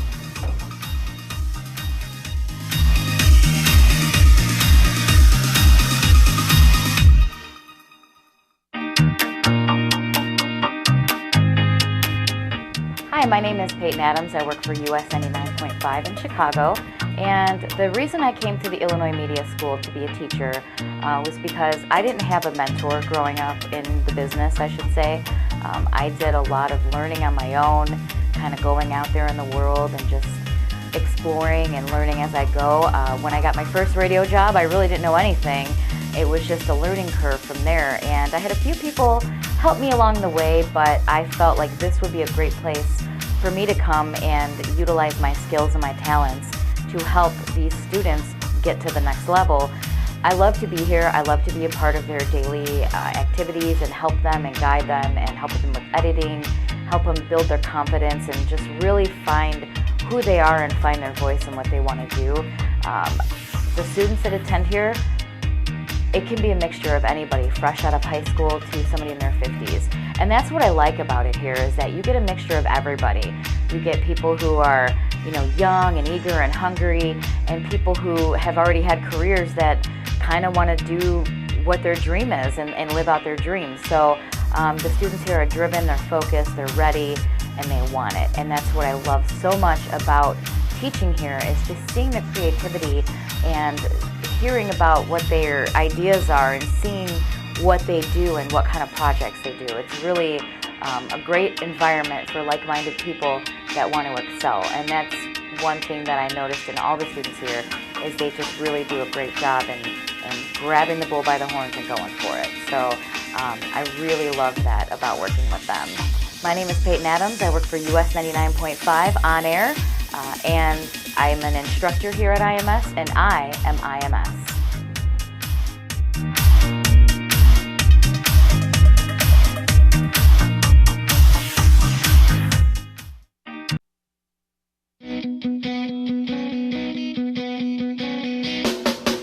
I got started at IMS. I think I heard a radio commercial. It was just all about media and broadcasting, and at the time I was DJing and I wanted to take it to the next step, and I wanted more people to hear what I was playing and my opinion on music. So I went out, emailed them. They're like, hey, come on, check out the campus and let's see what's going on. Found out that they actually had a radio there that I could DJ on, which was a great opportunity for me. They taught me how to just create a show. IMS really opened my eyes to producing your own show, and there's more to it than just playing music and DJing and mixing the songs in. You actually have to talk and create a show, entertain people, maybe talk about social media even. There's always stuff going on. IMS really helped me open my eyes to what a radio show is and how to promote myself. So all the teachers actually work in the industry, and they have so many contacts, so many things that you need to know that you just got to get out of them. They're always open to talking, always open to giving you information, letting you know what you need to do to get to the next step. Being one of the students, I thought one of the best things for me was how creative everyone was. Everyone had their own creative intake and input on projects. You get to work with groups, also you get to work alone, but with the group projects, each individual person had their own say on where would you shoot something, how would you record something, just the script, copy points. Like, people, you would really feed off of the other students. If you thought you were stuck or you just had no creativity on something, everyone would always help you out and kind of push you to the next level because, hey, you got to be the best. We're all out there trying to get a job in the broadcasting world, and the students really helped. My name's Mitch Titan. I work promotions at Star 105.5. I went to the Lombard campus, and I am IMS.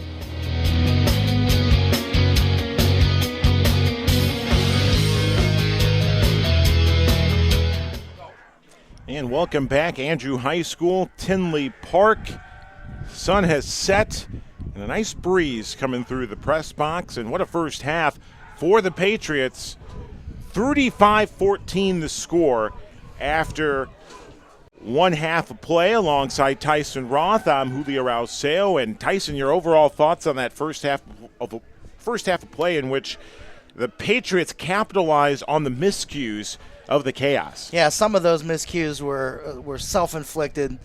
Some of them were caused by the Patriots. But, overall, the chaos came in here and said Patriots are executing their game plan, making sure that they're taking the plays that are in front of them, not making mistakes. Chaos are not doing that. They're the one turning the ball over, too many penalties, and leads to a 21-point halftime lead. A couple of big plays as well in the first half from both teams. We saw a 95-yard touchdown reception from the chaos. We saw Ronald Zolkoffer. We saw Chris Muhammad with big plays as well for the Patriots. So all in all, that first half was very entertaining. Starts with Tony Powell, right? Yeah. We've talked about that for most of the season here. When Tony's sharp and he's throwing the ball like he's capable, it infuses confidence in his play calling and what he wants to do as the field general out there. And this is vintage MVP Tony Powell that we've been seeing the last 3 weeks. And like you said, it's fun to watch when he's on his game. And the Patriots are on their game. Patriots won the toss in the first half. They deferred to the second half, so they'll get the football to start the third quarter of play. Already up 3 scores. Boy, how big would it be to come out guns blazing in the second half of play and get a touchdown opening drive to start the third quarter? Yeah, I think, I saw Coach Nick and Tony speaking down there at the goal line, just before ending halftime there. I think it's about executing the plays that are called, making the right decisions, and continuing to build on the effort that the Patriots have put in since the loss to the Ducks, with the playoffs here coming up very shortly. So it's about building on that, building on the confidence, building the repertoire of plays that will open up the whole field to the Patriot offense. Other games in action this weekend in MSFL football: the Wisconsin Hitmen taking on the Twin City Jets. The Racine Raiders taking on Door County Destroyers. Yeah, I got it early. It was like 35-3 in the third quarter in that game last I checked. So Racine look like they're going to secure their playoff position, I believe, with that victory. Rockton Rush taking on the Linden Lions. Milwaukee Chargers, Atomic Swarm. That's a forfeit there. Quad City Raiders taking on the Chicago Ducks. Yeah, so I saw a score there before we went on air, and it was, I believe, Ducks 19 and the Quad City Raiders 6, the last I saw there, and that was around halftime or just after halftime. Mustangs Thunder, that will be a forfeit as well. So the Mustangs an onside kick to start the second half.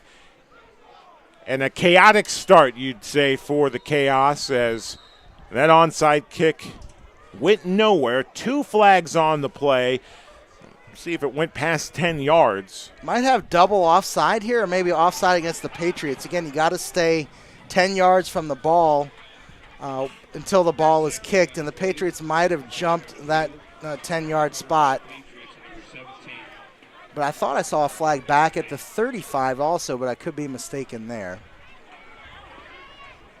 Head coach McClellan on the field, trying to talk to the officials. We see what the penalty is. Coach McClellan told to go back towards the sideline, I think, after a quick word with one of the officials. Not surprising, Chaos tried to get an onside kick coming out of halftime, but it was well fielded by, I believe that was Sarge who made that play very nicely, number 97, Jahir Garcia. Let's see, I see the... They pointed towards the Patriots. So that should be a re-kick situation if it's an offside against the Patriots.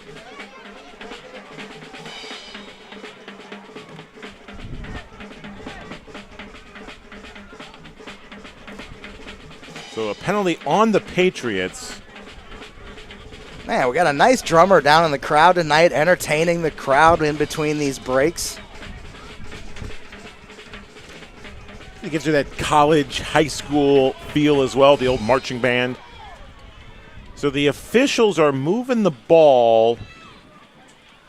This is a majorly confusing call here. So if it is truly offside against the Patriots, there's no reason why the Chaos shouldn't be getting another kick with a 5-yard penalty. So kicking it from the 40, I just do not understand what the call is here.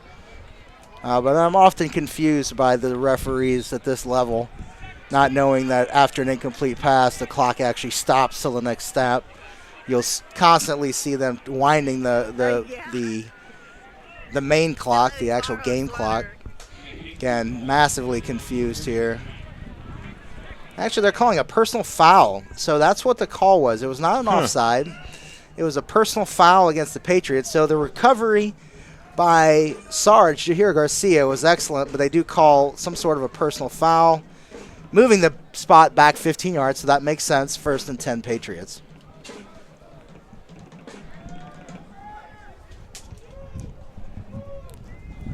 I'm getting an MMA call from Lorenzo Hood by my man Nasser Murad. Saw the MMA head slap that would warranted the 15-yard penalty. Patriots will have the football to start at the 40-yard line. 4 receivers, 2 to each side, and they go to the ground game to start the second half, and a hard hit past midfield. Bryant Piscasio. Speedy on the carry. Job by the speedster who spun following that blow delivered by... Man, you got to be happy with the offensive line play. They are just making hay for Tony Powell and the running backs back there, giving him plenty of time to throw and opening up holes for those running backs to run through. Tough hit by 35 Marcus Lee. First down from the 49. 2 receivers again to each side for Tony Powell, who'll look to throw towards the sideline. It's incomplete. He had his man split through his hands. Had Zolkoffer wide open, incomplete. Boy, what a nice throw by Tony there again. Put it right on the money. I don't know if he got it caught in the lights. The light angle there might have cost him. He went up and just could not secure the ball. Split right through his hands. Brings up second down from the 48. But a nice throw there by Tony. Again, nice play call. Had what they wanted, just didn't quite bring the ball down. whistles and who jumped first. That looked like a false start against the Patriots. That would be my call here. Looked like, oh boy. To me, it looked like Mello on the outside over there, but they're going to call the offside. A little surprised on that. Looked like must have been just over the line of scrimmage, causing him to move. So, bit of a break there for the Patriots.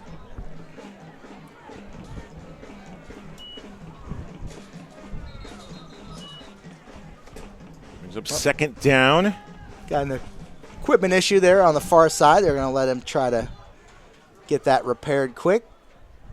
If they can, he's got to get out of the game, but second down from the 44. Once again, 4 receivers, 2 to each side for Powell. And the running back to his left hip.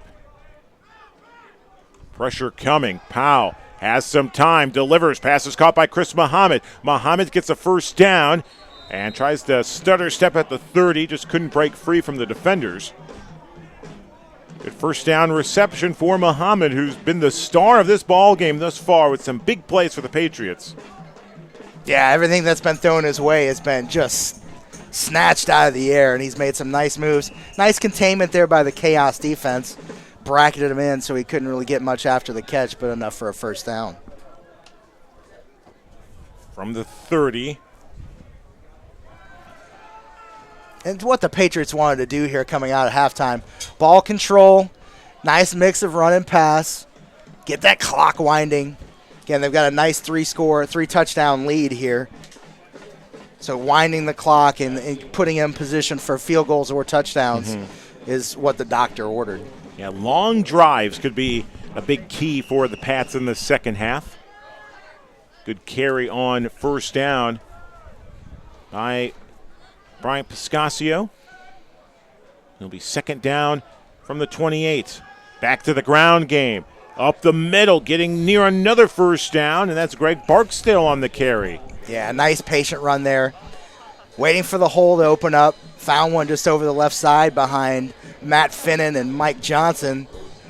Nice seal blocks inside there. Matt Finnan sealed his guy off.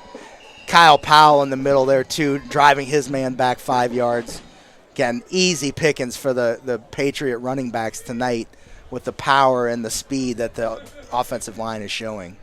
Not only that, they're beating their man off the ball as well. And that's so important with leverage in that battle between the offensive and defensive linemen. If you can get that leverage, you're going to take your man any way you want to. Yeah, and this is a night. Oh, they call the holding out there on Chris Muhammad, unfortunately. Piscasio, pardon me, on the catch. As Tyson mentioned, that's going to be. It looks like it will be a penalty on Chris Muhammad. Yeah, he made a block, but defender spun out and just held on to him a half second too long, and the official on the outside made the call. That'll be a 10-yard from the spot of the foul. Remains first down.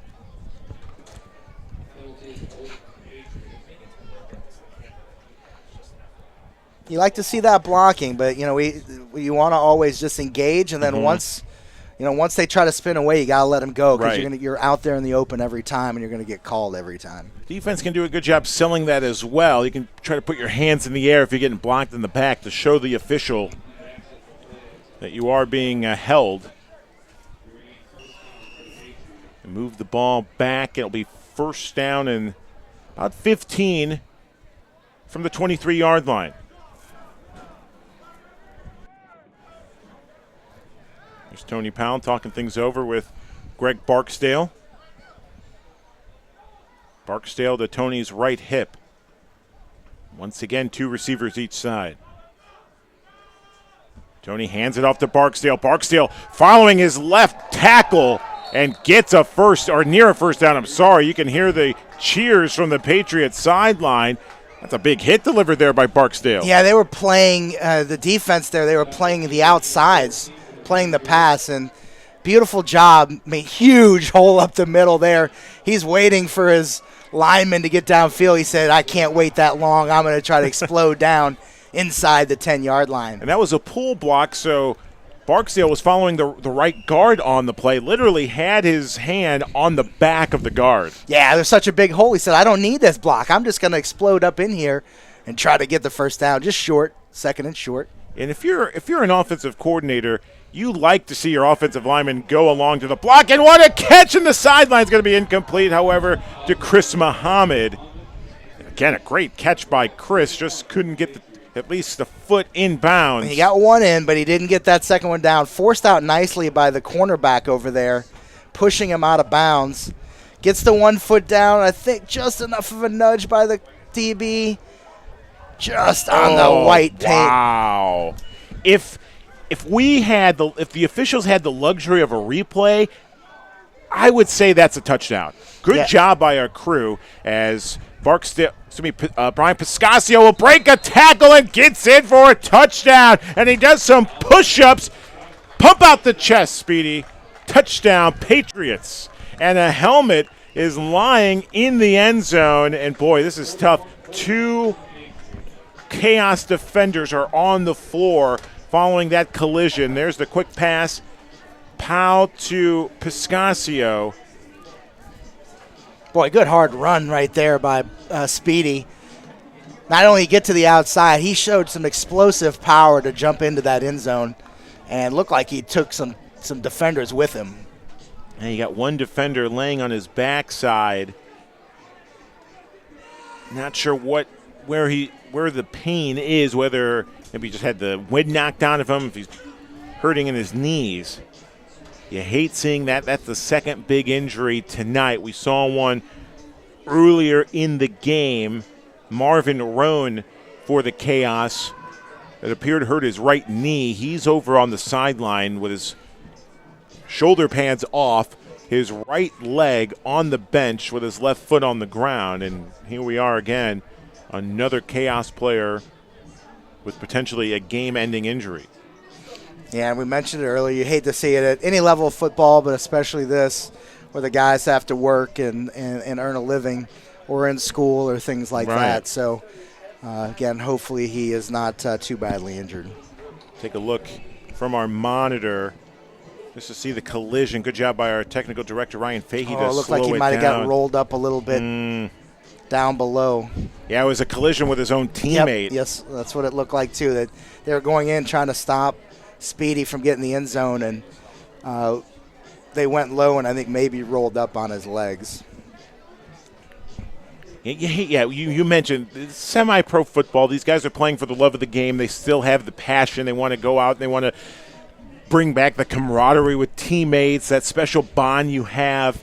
This is a tough game. We know that going in. You know that as a player, but you always hate to see those type of injuries in any league, but especially this one, knowing that these are literally hardworking guys going from the 9 to 5, potentially to a practice once a week, and then a game on the weekend. Yeah, no doubt. And, hopefully at home you can appreciate the speed and the athleticism that these guys play with. I mean, this is not like any kind of peewee football or, again, I'm not downgrading any level of football, but these guys are so big, so strong, so talented. And, the collisions out here, they're not NFL speed, but boy, they are college speed, no doubt. And, one bad hit and it can cause, an injury like it does at those levels also. 9:57 to go, third quarter. We'll take a timeout. You're watching Lincoln Way Patriots football. Patriots up 41-14. We're back after this. You're watching Patriots football streaming live on the Illinois Media School Facebook page. The reason I'm out here at the Illinois Media School is the radio business, while there are hundreds, maybe even thousands of stations, the people in the business is a small, tight-knit group. Everybody kind of knows everybody, and I love the opportunity of being able to connect with people who have a passion to get into this business. I had great instructors as I came up through the ranks, and I really enjoy the opportunity of being able to give back, connect, share the experiences I have, and actually learn from the students as well. I think it's great that we're able to learn from each other.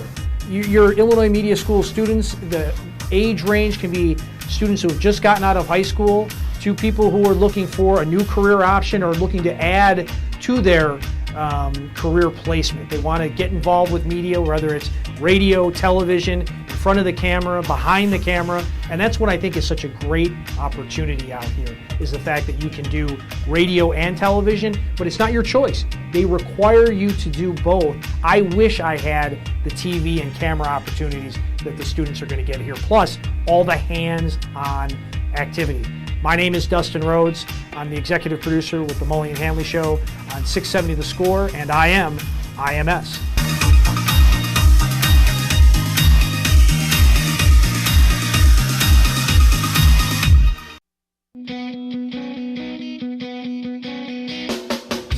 I got started here at IMS recently, moving back to the Chicago area where I had been living in Connecticut, working at the Connecticut School of Broadcasting, had an opportunity to move home, and I wanted to continue being an instructor, and that's how I ended up at IMS. My time here, I love working with students. The key thing in this industry, whether it's radio or TV, is it's just in a constant state of change.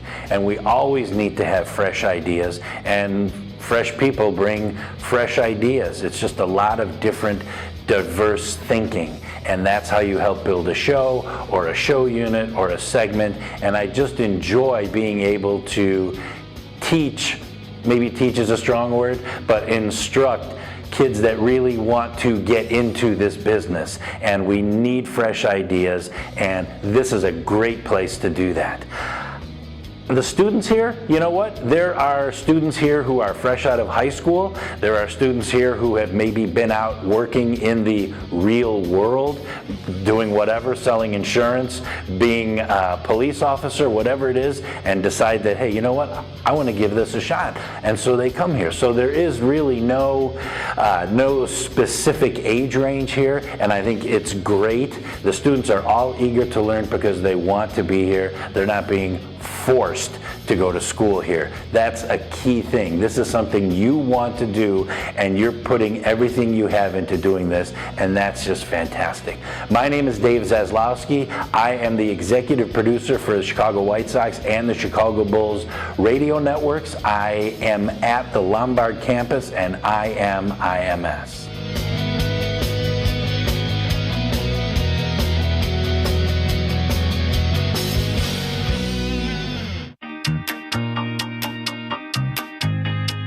Hey guys, my name is Damian Perrone. I work for a small multimedia AV company called PMMG Incorporated here in the Chicagoland area, and I'm an instructor here at the Illinois Media School. I started as a student back in March of 2008. Can't believe it's been that long. Graduated and literally immediately was asked to actually stay here as a grad assistant. From there, kind of moved up to doing promotional work and stuff for the school. And then because of what I do and where I work, I was actually asked to become an instructor as well. So I am teaching the incredible students here at IMS now. Everybody here is extremely eager to learn. Everybody here, you know, whether you want to do radio and or TV, and I say and or because you're going to learn both while you're here.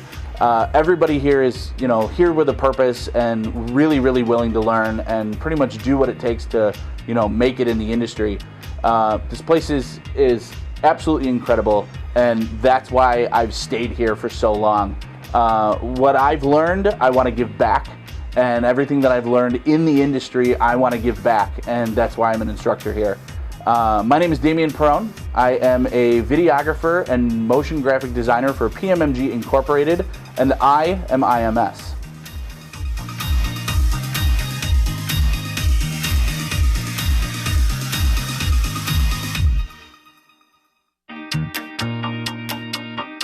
Hi everybody, I'm Candy Gomez here at the Illinois Media School in Lombard. I am one of the newest people to join the staff here. I am a student advisor, which is really cool because what I do here is I bring all my expertise, my years from B96 Radio, WGN, Chicago Sky, currently KISS FM. I bring all that here and I talk to the kids, students of all ages, of all backgrounds, and let them know what radio is like, and just working in the media too. I got brought onto the team here as a student advisor, which is good because I like to talk. And you know, I went to college. I went to a 4-year college. It was great. but I really had a higher respect for people who were already in the industry teaching me, because you could learn so much from them. That's how I feel it is. And these students here, they're just so passionate, and everyone is so supportive of each other. And working in the media, it's not always like that. So here is just a great resource of staff, student, teachers, everything here that you need. So you may come in thinking you want to go into radio or you want to go into TV, and the next thing you know, you love editing, or you want to go into being a sportscaster. We've got so many different programs here, and I think it's very beneficial too, because we don't just make you choose one. Maybe you want to do TV, maybe later on you learn, hey, radio's a better fit for you. And that's exactly how the real world is too. Sometimes you've got a plan and something takes you on a turn, and you could end up somewhere completely different. So here you have tons of resources to find out exactly who you are. And I kind of help you develop your creative side, your content for your shows, so forth. And I'm always here just to talk as well. Currently, I'm at KISS FM weekends and fill-in shifts. Before this, covered every shift possible at B96. I was there for over 12 years. I started at WGN Television. I was interning there for a while. I was there for over 2 years. I was at Chicago Sky. I was the announcer, the MC of all the games. Those girls are awesome. And who knows where I'll be next. You never know where this career can take you. I'm Candy Gomez from KISS FM, and I am IMS.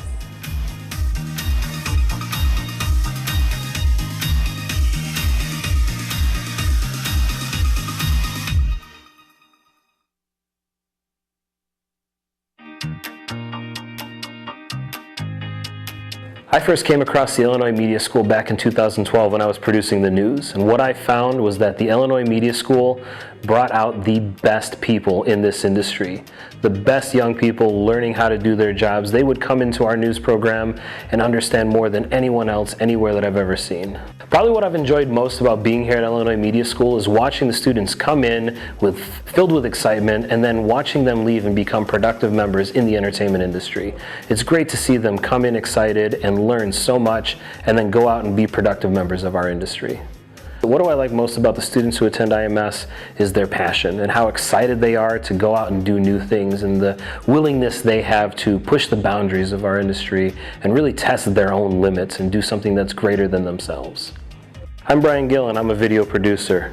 I'm an instructor here, and I am IMS.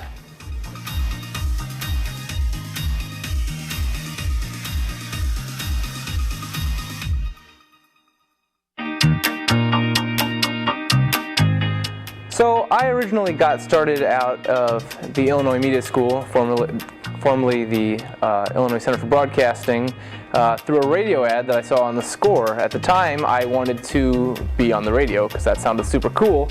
But while I was at school there, I got to learn lots of other skills, and that got me interested in directing, which is what I do now here at WIFR. I am in charge of the newscasts and prepare them and execute them during the live news shows.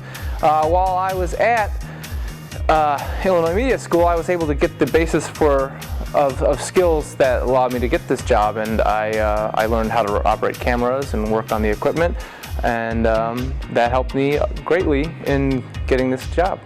As far as school students, you know, you got a chance to meet with lots of different types of people and you know, collaborate with them and work on projects together. And I feel like that gives you a great chance to learn how to work in the industry, because you're always going to be working with people, and it just helps you get a feel for what it's actually like out there. My name is Ben Force. I am the Senior Director at WIFR in Rockford, Illinois, and I am IMS.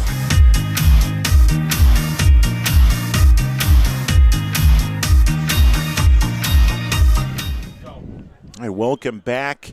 9:57 to go here in the third quarter of play. We still have a timeout on the field, an injured player for the Chaos. It appears it's number 52 for Chicago, Nick Olson, who took a hard hit a little bit ago prior to a Bryant Piscasio run that took him to the goal line.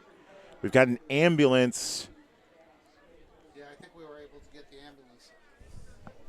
Inside, I think we were able to get the ambulance come in inside to the field, where it'll be closer to where he's at.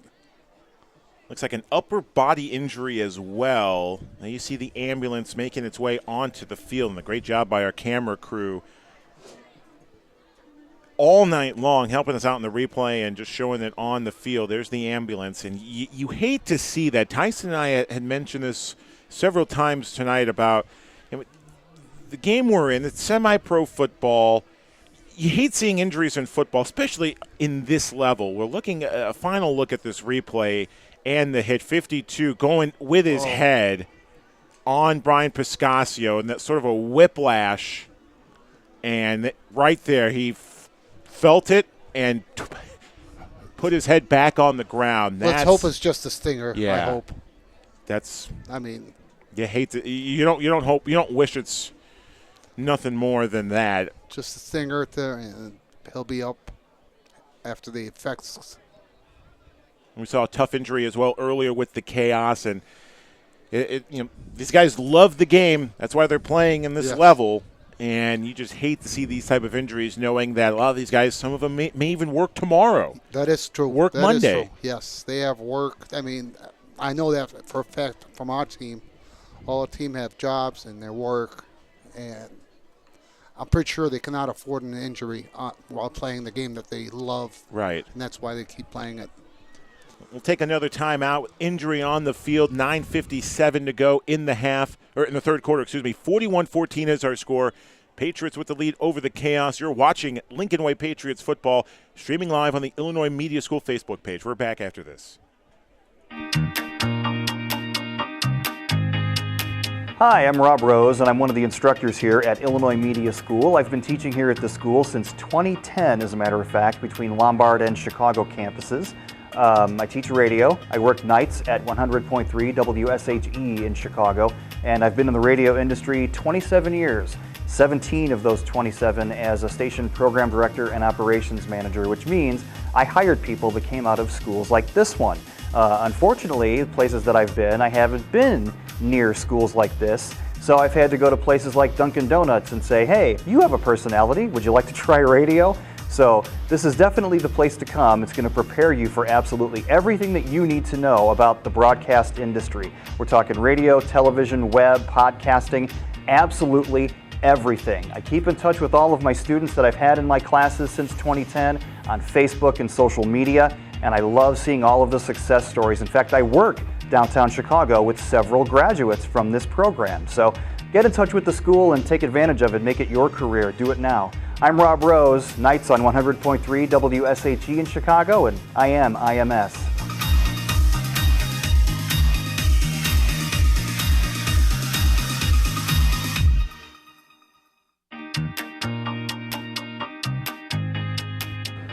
What brought me to IMS was a passion for broadcasting.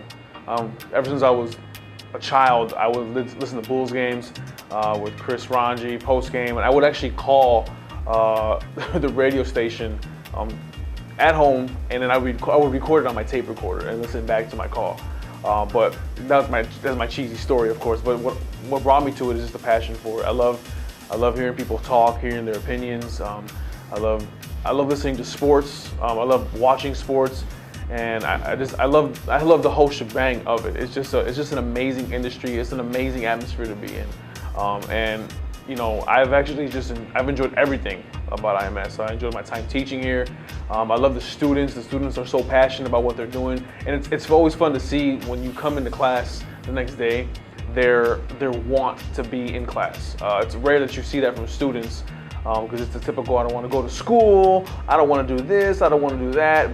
Now with this program, with IMS, you see students wanting to be here and wanting to succeed, obviously, to get that first job and to make a living. But you know, describing the students here at IMS is just amazing. They're great. They're great students. They're great people. They come from all different backgrounds. The diversity is crazy on campus.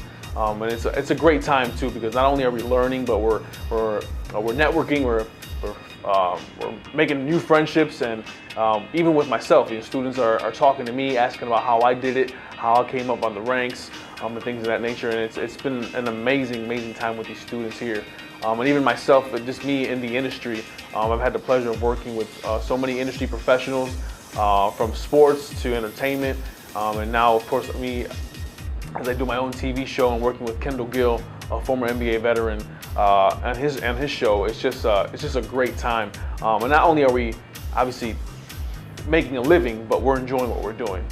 So it's just a great time. IMS have made that possible for me, and it's making it possible for all these students here as well. My name is Tony Lopez.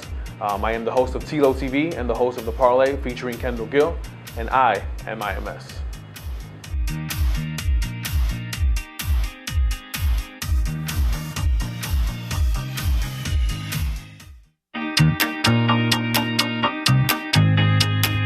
What originally brought me to the Illinois Media School was my love for sports radio. In high school, I became a huge 670 The Score fan and wanted to be part of sports radio. So after trying a couple other things and I'm not really being what I wanted to do, I found my passion for media and especially sports radio at the Illinois Media School. What I enjoy is finding like-minded people like myself that have a passion for the media industry and are willing to do whatever it takes to reach their goals and be what they want to be in this industry. And that's what I like about the students you continue to see at the Illinois Media School. A lot of talent, a lot of drive, and that pushes you to be better as well as making everybody's work better on top of that. My name's Rick Camp. I'm a producer at 670 The Score. I'm an instructor at the Illinois Media School, and I am IMS.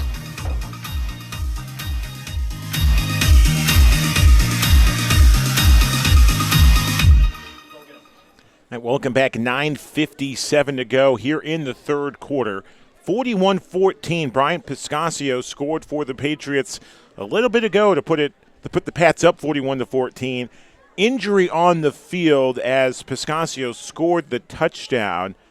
The injured player for the Chaos was 52, Nick Olson. Nick took a hard hit, was on the ground for several minutes. I'd say maybe 15 minutes or so. But Tyson, good news. Even though the ambulance are here, Nick was able to get up under his own power. Yeah, when I went down on the field just to check on ambulance access, I went by him and he was moving his hands and his toes and his feet, and actually, sat up on his backside and ended up getting up. And again, it must have been a really bad stinger, but he's probably done for the night, obviously, to make sure nothing is bruised or anything like that. But, man, after that extended break, that's the best news that you could hope for. Doesn't have to go to the hospital, walking off on his own power, and will live to play another day. Boy, I've never had a stinger per se, but I can only imagine the thoughts running through your head during that moment. A million things could run through your mind. Potentially, probably some terrible things. Yeah, especially in this game, obviously, the hard hitting that's going on. And, I've never experienced it, fully either, but, I think your body goes really basically numb while that stinger is, rolling through your body. So you don't know for sure what's going on. But once you start getting those sensations back and that feeling back, I'm sure it's a huge relief. Again, the clock stopped with 9:57 to go, so a lengthy break in this third quarter. Players on both teams, Patriots and Chaos, trying to stay loose. It's a cool evening, so they're just trying to keep themselves loose, walk around a bit, not get too cramped up as we await to resume play. Game already over the 2-hour mark as we hit the 9:19 here in Tinley Park. Got the cart out. Not sure if they're asking Olsen to go on or not, but they have it just in case. Yeah, it might be a mandatory thing if they're called that they've got to do.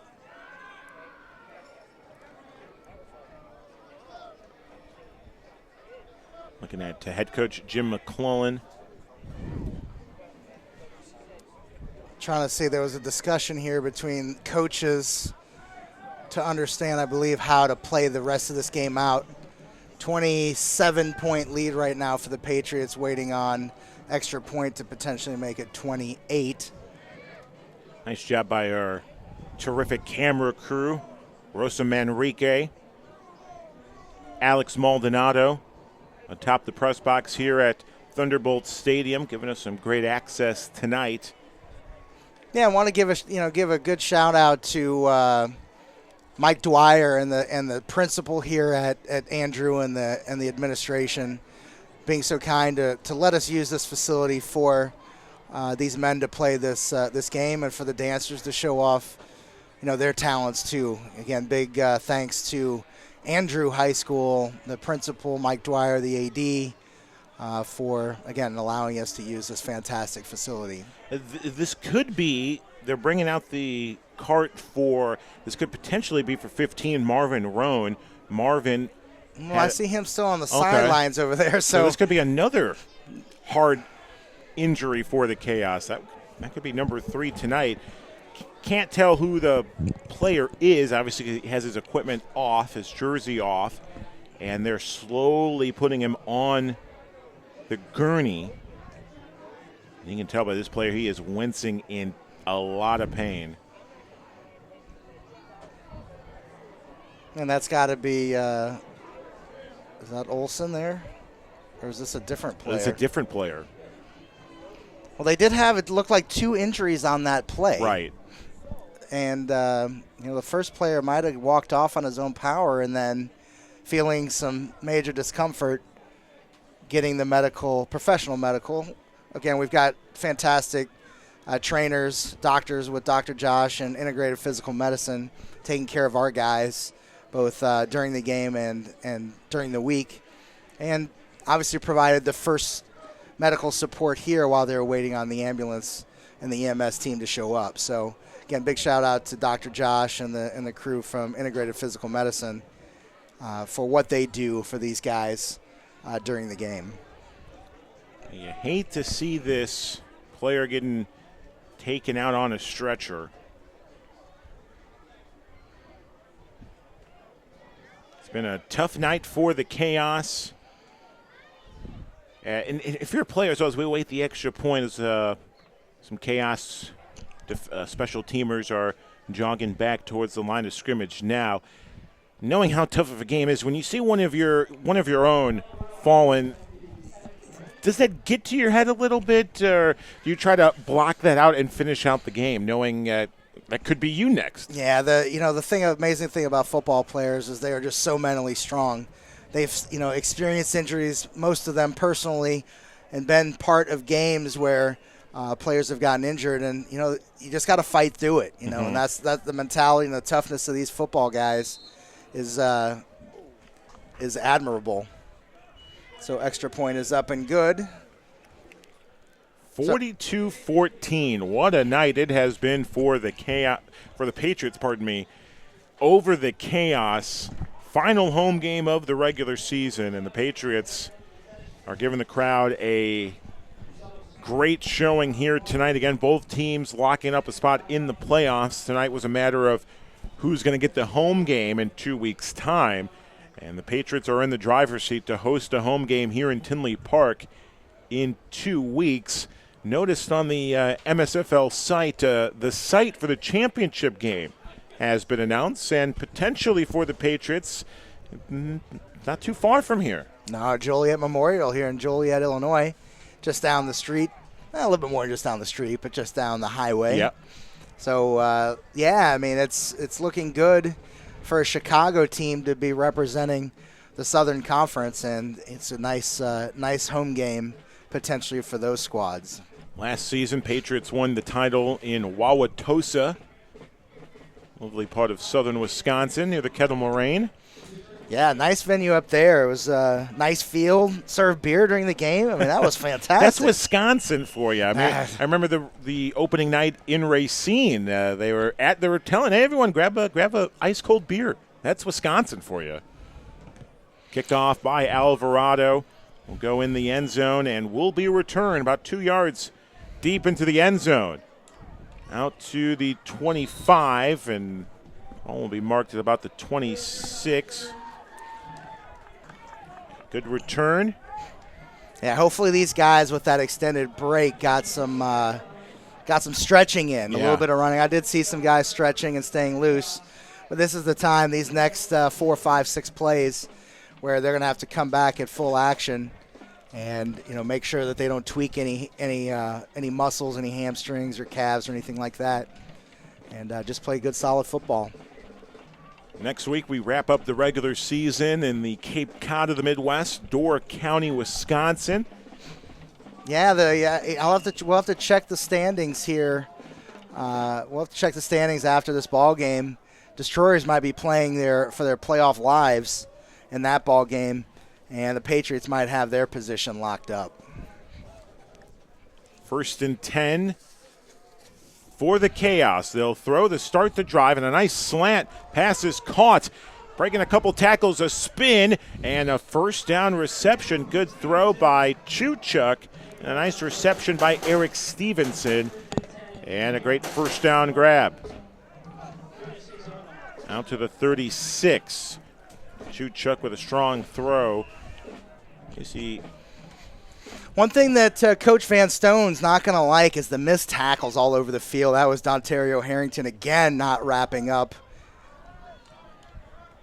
Chuchuk with a low throw. It's caught at the 45 near a first down, and reception made by number 12, George Vitas. 9 minutes to go here in the third. 42-14. Commanding lead for the Patriots. Chaos trying to chip away at this deficit. Chuchuk pass. It's intercepted. Intercepted at the 45. Brought down from behind. What a pick. Yeah, bad throw there. Alex Fuller with an easy pick there. Well overthrown the intended receiver. Nice interception there. Patriots take over once again. Yeah, not even close to the intended target. And a great job by Fuller. Pass was intended for Eric Pierce. And Fuller, like an outfielder, read the play well, able to make the catch. And another turnover, the 5th on the night. See if Tony Powell's probably one more series or so for Tony. And his night might be done with this 28-point lead. 5 turnovers for the Chaos has resulted in 21 points.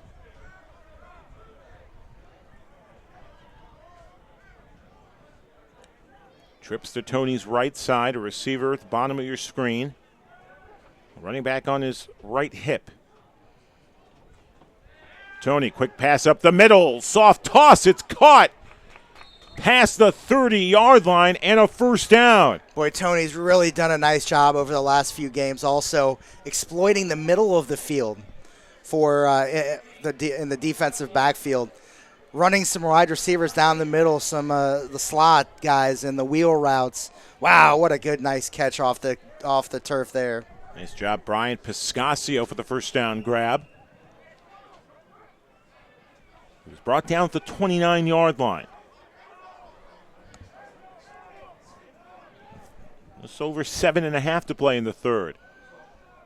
Piscasio, the man in motion. Powell, play action. Now rolling right. Looking for a man. Sidearm throw towards the sideline. It's caught. And near a first down. What a throw by Tony Powell on the run with a dart. Yeah, nice replay here. You're going to see Tony roll out, step into a so even when on the run, just rips it in there. Nice sideline catch, getting both feet down. First down yardage. Good catch, Steve Trudeau in the sideline. Again, you've mentioned it, Tyson. When Tony steps into his throws, he's accurate. No doubt about it. They hand it off. Trying to find a crease in the end zone. Shifts a move. And a nice run near the end zone. Got a flag down on the play. It's either going to be an offside or a procedure call, illegal formation. Zollkoffer, the ball carrier, and it's going to be offsides. Penalty decline. Offsides on the Chaos. And it's going to be first down and goal at about the 2-yard line. I got to say, this is maybe the best officiating crew that we've had so far this year. They have been on point on all their calls tonight, very decisive. Maybe the pass interference call is a little bit of a bias from our end, but again, very solid effort here and call by the officiating crew. Clock runs with 6:20 to go in the third. Patriots again looking to score off of a turnover. Yeah, and they've done a nice job, and I think scored on all but one so far. Tony, quick pass, nearly had a one-hand grab, just a bit too high on that pass. Yeah, intended for Zolkoff. Tony pointed his chest there, saying that was just completely, high and wide from his throw standpoint. Didn't give him a chance to make the catch and turn up field. Are you surprised 2 yards away from the end zone they were throw like that? No, I'm not. They're working on some different sets here. They've proven that the running game and the power game is there. Mm-hmm. Now they're working on some of those route combinations in the short zones that, against as we move forward in the playoff picture, some of those teams are going to really clamp down on that inside. You're going to have to make plays on the outside. 2nd and goal from the 2. Soft toss into the end zone. Left corner of the end zone, incomplete. Intended for Carl Grant. No, I think tonight 12. We've had that's L.J. Harris, wide receiver. Oh, there you go. Yeah, L.J. Harris, 6'1", 180. Yeah, Tony would have liked to got that ball down a little bit. It looked like there was obvious pass interference, but ball was overthrown so much that the DB couldn't. The back judge there couldn't pull the hanky out of his pocket. 3rd and goal from the 2. 2 straight passes in the goal line. Could we see them go 3 for 3? And they will. They'll look to throw. Powell, end zone, incomplete off the left goal post. Incomplete, 4th down. That's the left goal post of the soccer net. Right below the uprights. L.J. Harris again, the intended man. It's a tough call here up, 28 points. You could kick a field goal, make it 31. You don't want to try to rub it in on them, but, I think the play here is to go for it, try to get up 35, and then you start putting a number of the 2nd and 3rd string guys in. And to your point a little earlier, you probably would have liked to see him run the ball here. Mm-hmm. But, again, working on some of those route combinations. Now you've got an empty backfield for Powell. He's going to throw, tries to sidestep a defender, soft toss, end zone, caught, touchdown, Patriots. What a catch, Ricardo Williams. Didn't have to do too much on the throw for Tony Powell. Yeah, Tony did a nice job there. If we get that replay queued up, he did a nice job dodging that outside end right there, ducked inside him. Nice finish of the block. All he had to do is break contain, little soft pitch over the top, wide open. Ricardo Williams touchdown. And a nice job by Keith Haywood as well. Seeing that defender coming up, Haywood just delivered another punch right to the chest, sort of like the cusp of that of the shoulder pads. And once you do that, you can sort of get a little tightness on that defender, a little grunt there. Try to do some sound effects. I like it. I think. Extra point from Alvarado right down the middle. It's good. And the Patriots having themselves an evening. Yet another score. Powell with an easy touchdown pass to Ricardo Williams. And the Patriots up big, 49-14, with 4:14 to go. Calls for a celebration for the Patriots dancers.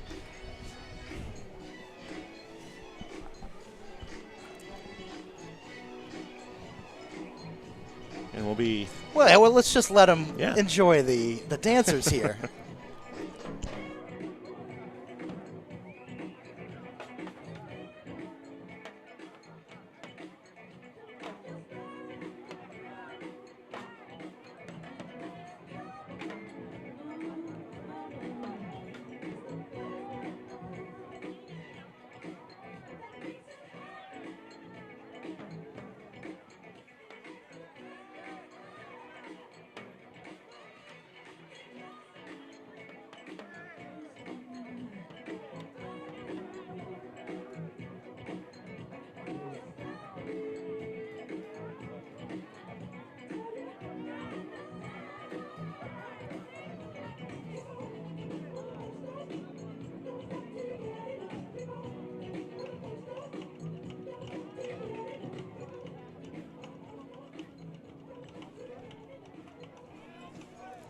The Patriots dancers on the sideline, 49-14. Patriots with a commanding lead over the Chicago Chaos. Good kick by Alvarado. Another strong boot.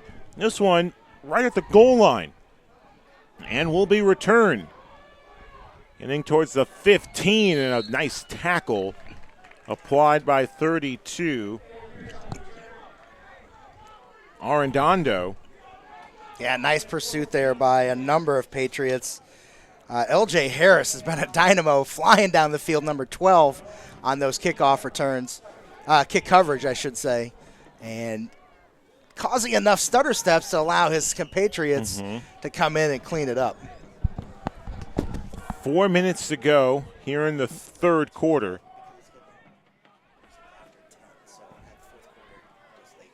.350 to go as the clock is running. We'll see what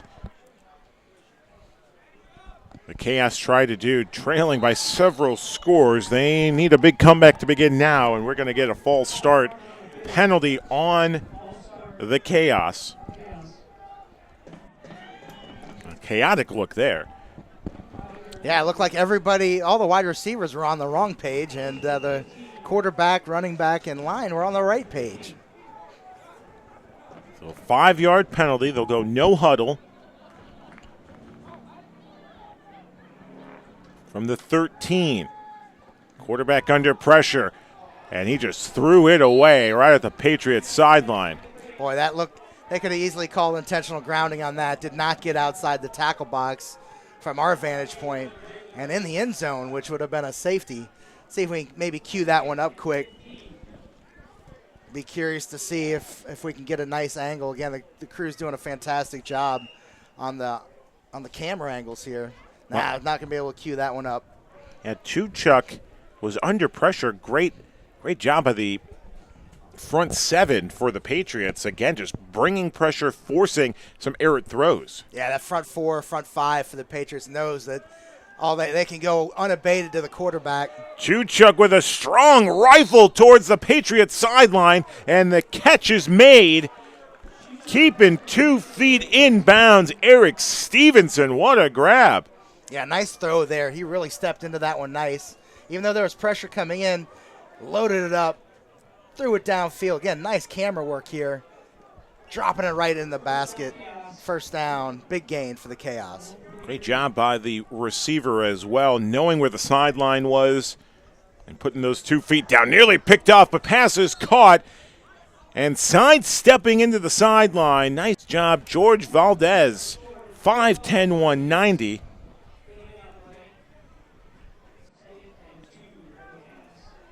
Bring up second down and 2. Gain of 8 on the reception. The Chaos going no huddle.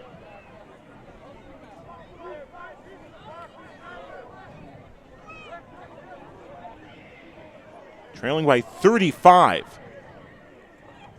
Just past midfield to 48. Chuchuk. Quick dart. Passes caught. First down and more.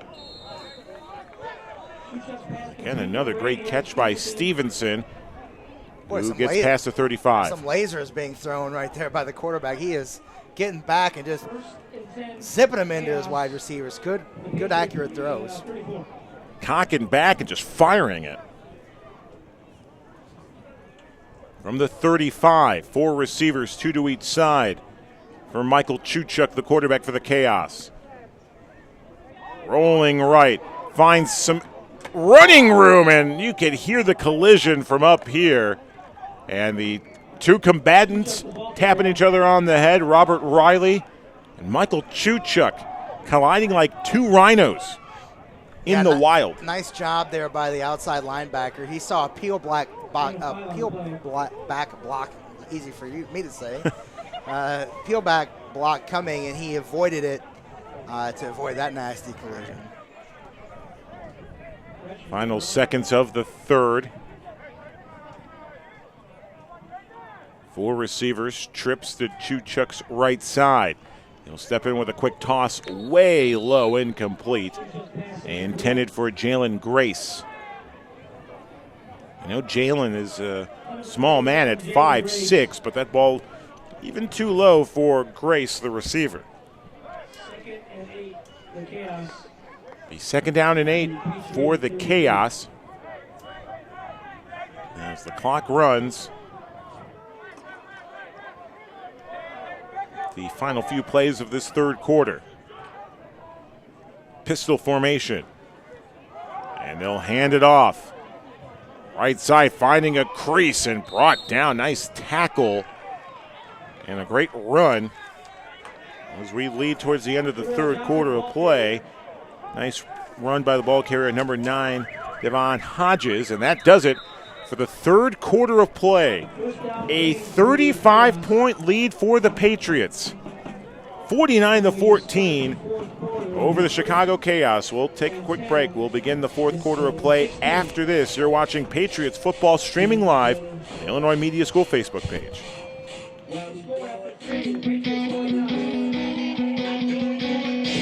Well, I got started at IMS because I really had nothing going on for me. I didn't have a job. I wasn't in school, and I was just getting out of my other school. I knew I wanted to go into broadcasting, but I didn't want to spend too much time in college. I'd already spent about 4 years, and I was like, I really don't have that much time to just play around anymore. So I really wanted to get into the business, and I had a friend, and he went to the school, graduated, and I saw he was already in the business, and everything was happening so quickly, and I went to him, I was like, hey, how did you get started? And he said, at the time, Illinois Center for Broadcasting, and I was like, all right. So I looked into it, went on a tour, and it changed my life. It really did. From the first step I took into the place, you felt the energy in there, and so many positive vibes coming from everywhere, and that's just the first time you step into it. And then you get started into it, and you're learning from industry professionals, you're learning from some of the best to ever do it, and it's like, oh my gosh, I'm sitting here in front of people that I grew up watching, and just going through that process, man, that whole year was the time of my life. I was super duper busy, but it was so much fun. Got an internship right away, was actually in a real radio station, and 4th quarter of play underway here at Thunderbolt Stadium in Tinley Park. Chuchek, the quarterback, fires into the end zone. It's picked off. Picked off 1 yard into the end zone. And here we go. Run to the races. Midfield. Out to the 40. No one's going to catch him. 10, 5, touchdown. Alex Fuller takes it to the house. 100 yards. Coast to coast. 55-14. What a run. Alex Fuller. And get the pom-poms out. He's going to do a little dance routine. Give it up, Alex Fuller. Good blocking there by the Patriots defense. Leading the way. How about Big 35, Terrell Webster chugging along. Following Fuller into the end zone, 100 yards. Wow, nice recognition of the route combination there. Alex jumps the route and clear sailing. Had one man to beat. Nice blocking, as you said, by the Patriots defenders. Like they knew that was coming. Formed the convoy. 100-yard return touchdown. We'll wait for Alvarado's extra point. And my, oh my, the Patriots up by 41, an extra point away from being up by 42. And a tough night for the Chaos. A first-round matchup. Boy, you want to talk about maybe some anger in a couple weeks' time and some payback. This performance will do it to you. We wait Alvarado's extra point. Low snap, kick is up. It's blocked at the line of scrimmage. And the extra point is no good. 100 yards, pick six. Alex Fuller takes it to the house. Here's the replay. Good job by the Patriots. Good job by our crew following Fuller into the end zone for the score. 55-14. Yeah, you got to really say that's the Patriots' performance here tonight that's really carried the night. Chaos, they're a solid ball club. I mean, they're making plays. I love their offensive combinations. But when the Patriots get rolling, as we said at the beginning, once that train it gets going downhill, it's a freight train that you can't stop. We spoke the last 2 weeks. The opponents the Patriots faced were guys that, were undermanned, who weren't to the same caliber as the Patriots. Tonight, a matchup of 2 4-1 teams. 2 teams have won 3 in a row. You thought it was going to be a lot closer, but those first half turnovers came back to bite the chaos. Yeah, once early in the game, you gotta stay in with the Patriots. That's what the Ducks have been successful doing. Taking the punches, causing turnovers. Even though the Patriots have caused some turnovers against the Ducks in their matchups, they've done a nice job of containing Tony, containing the running game, and that's how they've stayed and won those games against the Patriots. The other teams that we faced, they get the train. The Patriots get the train going, and at the end of the day, they pull out the victory. Should be intriguing to see how the rest of this fourth quarter shapes up. Up by 42 points. Again, another opportunity. This could be the third week in a row that the 2s and 3s get more playing time. Absolutely. And this is against a quality opponent, right? So you like to see how those players perform against quality players. Hodges tried to hurdle over a defender, unsuccessful, and gets brought down at the 26-yard line with 14:20 to go in the ball game. 55-14 is the score. You're watching Lincoln Way Patriots football here on the Illinois Media School Facebook page. BeOnAir.com if you know anyone in the Chicagoland area interested in media production, sports announcing, audio production, whatever it may be, BeOnAir.com. A great crew tonight. Ryan Fahey, our director. Rosa Manrique handling the camera duties along with Alex Maldonado. Pete Ferreri as well upstairs. Pete handling camera duties. Way to go, Pistol. Tyson Roth next to me. Yeah, I want to say hello to some special people watching down in Houston, Texas, the 281 and the 713. Watching our broadcast all the way down there. Catching the Patriots off guard at the line of scrimmage as the chaos on first down go to the ground game once again. And they pick up a first down on the carry was 25. Number 20. Jarrell Johnson, 5'10", 190 on the first down carry. His first carry of the night. First down chaos. And we've got a timeout. Yeah, this is where Coach Van Stone, we're getting the second and third stringers in here, and they got to be ready to play, right? This has got to be frustrating to coach that these guys aren't suited up, ready with their helmets on when he calls their number, and he's probably laying into them a little bit right now saying, you've got to be ready to perform. At a moment's notice, you could have an injury. You could have a situation happen where you got to step in the game. This is a time, I know it's a, 41-point lead or whatever it is here, but you got to be ready to play. You got 60 minutes of football here. This is your opportunity to show the coaching staff that you can get into that rotation. But if you're not ready to play, you can't get in the rotation. Right. Yeah, 41-point lead. The extra point was blocked. And again, the second, third teamers in with another chance at extended playing time to close out the ball game.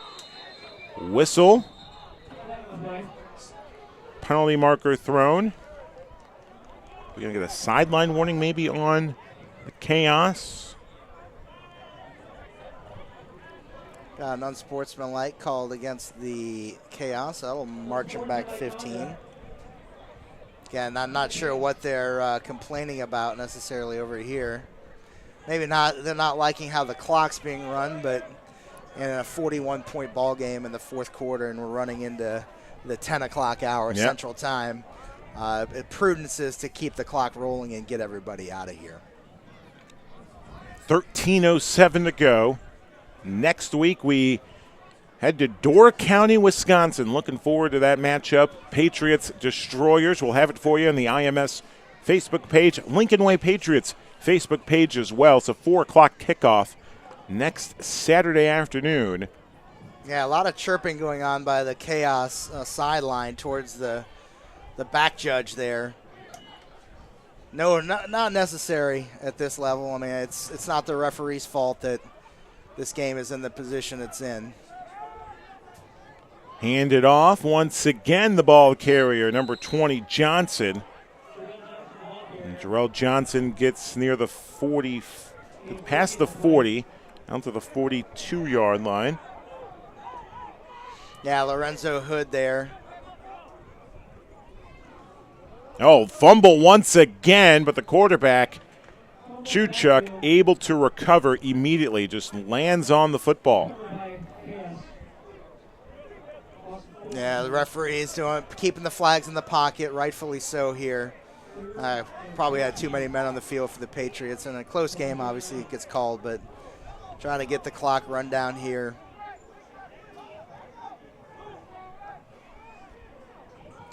Chuchuk again to Jones, the ball carrier, and he gets past the 45-yard line. They got some nice shifty runners back there. You know, they've done a nice job of running that delayed handoff.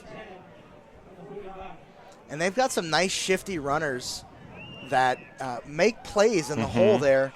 You know, they've had a couple nice big runs against us tonight, and obviously the big 95-yard pass over the top. But, you know, short of that, the Patriots done a pretty nice job containing their offense. Turnovers, right? Turnovers is the key to the game. Yeah, I mean, there's just been too many mistakes by the Chaos, giving the Patriots not only the field position but the momentum, right? You know, when you get those big turnovers in big spots, the momentum shifts over, and as part of that freight train we're talking about, it's not only the plays and the yards that stack up, it's momentum that the Patriots get against that in the Chaos diminish. Chaos will punt the ball on 4th down. And it's going to be picked up and returned for the Patriots. Looking for a big play. What a hit delivered. One man to beat. Going to the east end zone, and that's going to be a touchdown. Robert Riley scores, but what a hit delivered. Wow. Patriots riling up one of their defenders. Wow, what a hit. Touchdown, Patriots. Wow. I mean, again, you got to have your head on a swivel here. That's actually an illegal hit right Oh there. my gosh. You can't go above the shoulders. Couldn't tell the number. I want to say I that think it was Jahir Garcia, number 97, I think, with the hit. Wow. You're gonna watch that one, and if you were in the NFL, that's a finable situation. I will say that, but no penalty. It's a touchdown. 61-14 the score. A punt return for a touchdown, Robert Riley. Amazing. Picked it up at about the 20-yard line, so he took it 80 yards to the house. And I think the Stars were circling the head of the Chaos special teamer who took that tough hit. yeah, you gotta get the head on the swivel there. But again, you'd like to see Jahir not with that type of a high block there. Waiting Alvarado's extra point up, and it's good. Late penalty thrown. 2 penalties now. And we're getting to the stage now with 9:55 to go where a little bad blood could be brewing here. Could be boiling hot tensions on the field right now. This is where your Patriots get off the field. There's no reason to engage in any of this stuff. You just look up at the scoreboard. That's all you need to do. And the Chaos are chewing out each other right now. They are furious. A couple guys not happy with the way the game's gone. We get another penalty thrown. Fingers pointing from the Chaos to the officials. They're furious. Everyone on the Chaos right now not pleased. And for a team that's won 3 in a row, big game coming into tonight's game. Both 4-1 teams looking for home field the first round of the playoffs. Certainly not the outcome Chaos coaches nor players envisioned coming into tonight's game. One of the coaches for the Chaos is almost talking to his own player, like, just get off the field. Yeah, the officials, we got the 7th official out here tonight, and I think they're all over it. The Patriots coming off the sideline saying they're going cheap shot at people's knees You don't want to see that. on those plays, and that is a big no-no in the line play on a special teams, a field goal or an extra point situation. Robert Riley has some choice words, it seems, with that's Ricardo Williams, with some choice words to one of the coaches. Coaches even told Ricardo, just step back. A big smile on Ricardo's face as he walks towards the sideline. Can we get a replay queued up of that return for a touchdown? Robert Riley went 80 yards. If we could see that full speed, just look at the hit delivered at the bottom of your screen.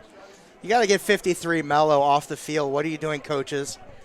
He is wandering towards the Chaos, and this is not a good situation. What a hit, and Riley saw the crease, went west to east, straight north for that 80-yard return for a touchdown. And now players are still chewing out one another from the sidelines. We got plenty of football left with 7:24. That even in 2 weeks' time, for the playoff game, we could see some tough play with each other. Okay. All right. Hopefully cooler heads will prevail.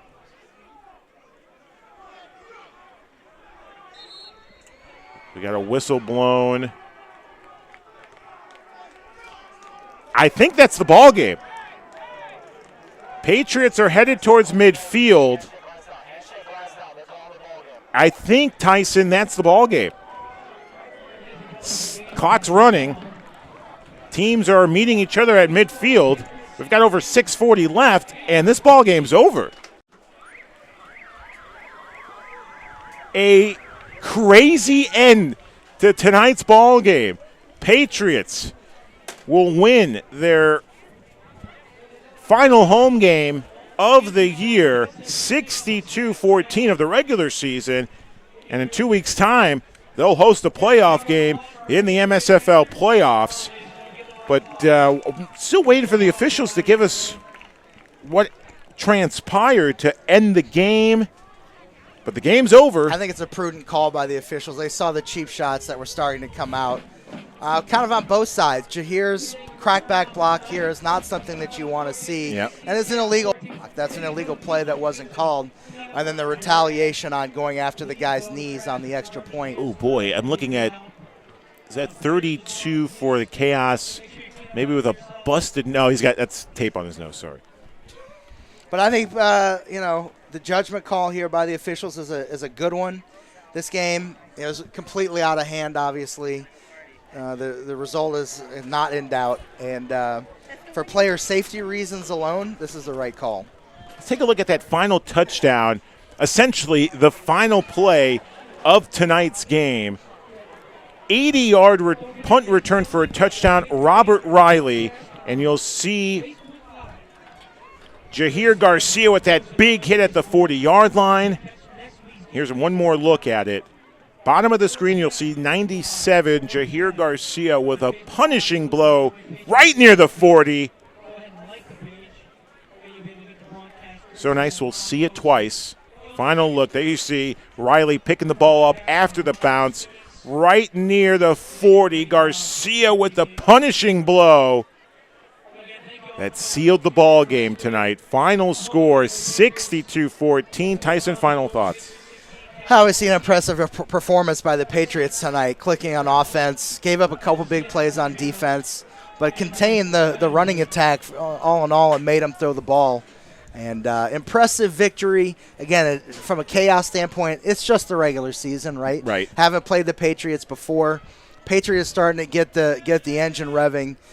Chaos know that they got to go back to the drawing board a little bit against this high-powered offense. And the defense starting to come around too. So Again, by no means do I expect this outcome in any kind of playoff scenario, but again, Patriots got to be feeling good about what they're doing, and looking forward to Door County next week, then a week off before looks like the chaos back here again. We'll see you in the Cape Cod of the Midwest next week, Tyson. Final score. Yep, see you next week, Tyson. I'll be there. All right, maybe a bratwurst and some cheese curds before the game? Oh, I got a feeling we're going to have a little bit of that. Final score. I will not be buying, Ryan. I think it's Ryan Fahey's tab that we'll be using next. Oh, Joe DiGiacomo's tab. Sounds good. Final score. Patriots win the final game of the season at home, 62-14, and they head to Door County next week to take on the Destroyers. An incredible job by our crew tonight. Leading the way, our cameramen and women, Rosa Manrique, Alex Maldonado. Exceptional job, guys, as well. Pete Ferrari, Pistol with the assist for our camera crew tonight. Technical director Ryan Fahey. Great job, Ryan. For Tyson Roth, I'm Julio Rouseo saying peace, love, God bless from Tinley Park. Final score 62-14. Patriots with a big victory at home. You've been watching Patriots football streaming live on the Illinois Media School Facebook page. So long, everybody.